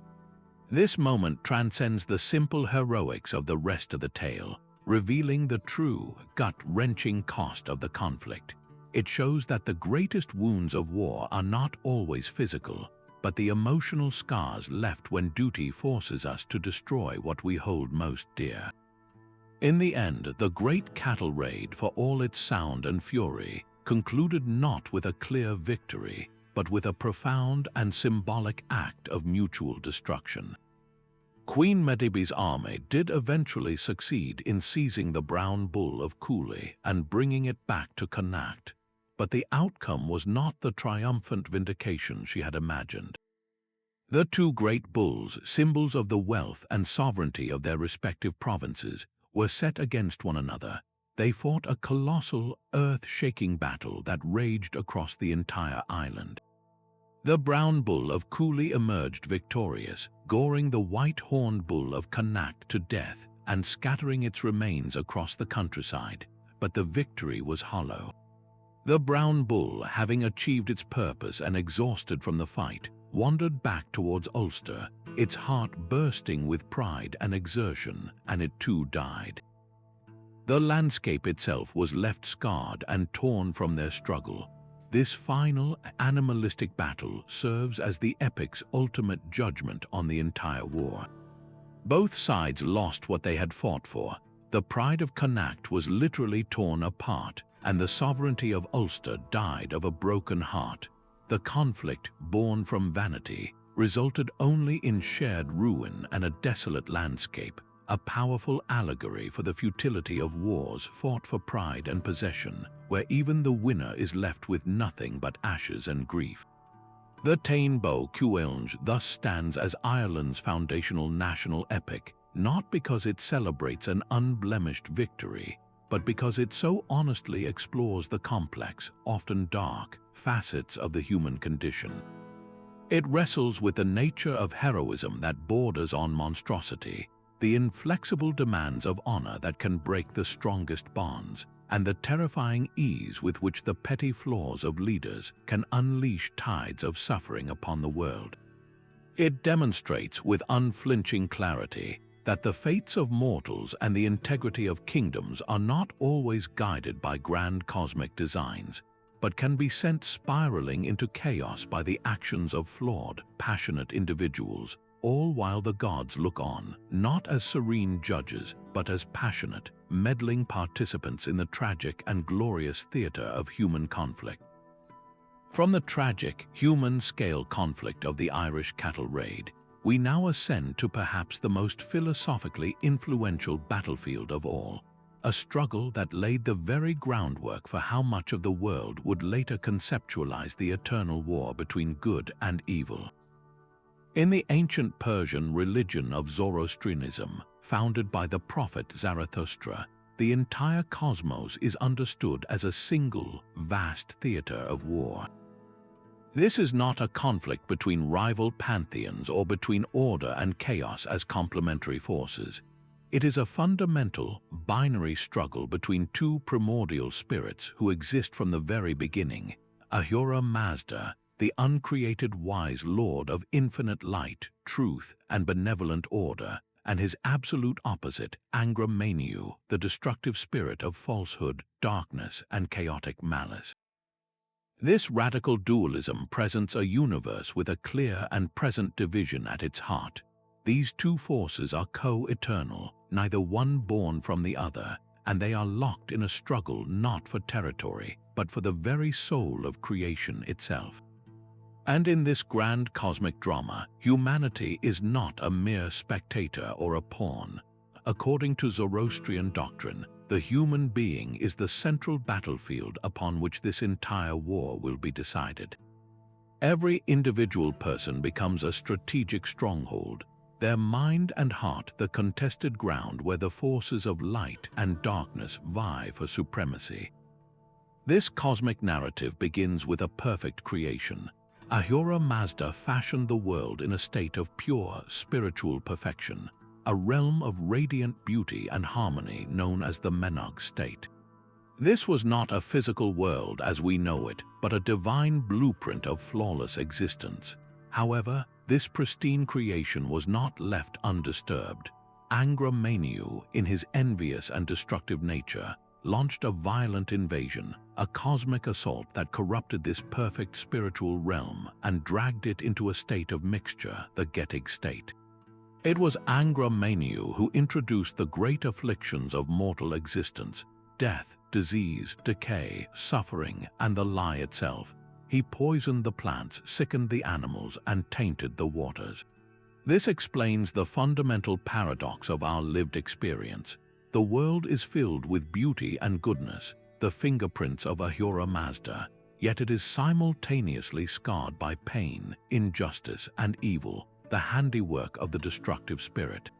The physical world, therefore, is not inherently evil, but it is a contaminated battleground, a mixture of good and evil that must be actively worked upon, purified, and ultimately restored to its original perfection through human effort and divine will. This is where the Zoroastrian vision places an immense and empowering responsibility upon every human being. We are not passive victims of this cosmic struggle. Zarathustra's revelation was that humans are endowed with a radical free will, the capacity to consciously choose which side they will serve. This choice is not made once in a lifetime, but is enacted continuously through the ethical triad of humata, haktu, huvashta, good thoughts, good words, and good deeds. Every time an individual chooses honesty over deceit, charity over greed, or compassion over cruelty, they are not just being a good person, they are actively fighting for Ahura Mazda. They are pushing back the forces of Ame-no-Uzume in the material world. Conversely, every malicious thought, false word, or harmful deed strengthens the army of darkness. This framework transforms mundane, everyday morality into a series of cosmic actions with eternal significance. A farmer tending his field and increasing the bounty of the earth is a soldier for light. A judge rendering a fair verdict is striking a blow for truth. This concept of humanity as active, conscious combatants in a divine war fundamentally empowers individual moral responsibility. It tells us that our choices matter on a scale far beyond our own personal salvation. They are the very building blocks or the damaging blows that will determine the final outcome of universal history. This great cosmic conflict, however, is not destined to rage forever in a hopeless stalemate. Zoroastrianism offers a powerful and hopeful eschatology, a prophecy of a definitive end to the struggle. This is the concept of frashokrati, which translates to the making wonderful or the final renovation of the world. The faith teaches that at the end of a great cosmic cycle, a savior figure, the Saoshyant, will be born. This figure will lead humanity in a final, ultimate battle against the forces of Ame-no-Uzume. Evil will be utterly and permanently defeated, not just contained or managed. In a breathtaking vision of universal redemption, the dead will be resurrected, their bodies reunited with their souls, and they will be judged not by a capricious God, but by the totality of their own thoughts, words, and deeds, which are said to be physically present at the final assize. The very substance of the world will be purified in a river of molten metal that will feel like warm milk to the righteous, but will burn away the impurities of the wicked. Finally, Ahura Mazda's ultimate triumph will be complete. The world will be restored to its original, perfect state, now existing eternally in a fused Getic state, a spiritual reality made permanently manifest in a physical form, free forever from death, decay, and the lie. This linear, teleological view of history, marching inexorably toward a final victory of good, was a profound departure from the cyclical time of many other ancient religions, like the endless turning of the Hindu ages or the repetitive birth and death of the Norse cosmos. The influence of this Zoroastrian framework on subsequent world religions, particularly the Abrahamic faiths of Judaism, Christianity, and Islam, can scarcely be overstated. During the Babylonian exile, the Jewish people came into close contact with Persian thought. and many scholars point to this period as the point of introduction for concepts that would become central to Western eschatology. The clear dualism between a good God and an evil Satan, the concept of a final, apocalyptic battle, the resurrection of the dead, a last judgment where each soul is held accountable for its actions, and a definitive heaven and hell as eternal destinations. All of these ideas find some of their earliest and most systematic expressions in Zoroastrianism. This ancient Persian struggle provided a powerful and coherent narrative that gave human life a clear purpose, to be a warrior for light in a universe at war, with the absolute assurance that, in the end, the light will prevail. It replaced the often ambiguous and cyclical nature of older mythologies with a story of linear progress, from a perfect creation, through a long struggle, to an ultimate and everlasting victory. A narrative of hope that has comforted and mobilized billions of people for millennia, framing our very existence as a meaningful and decisive campaign in the greatest battle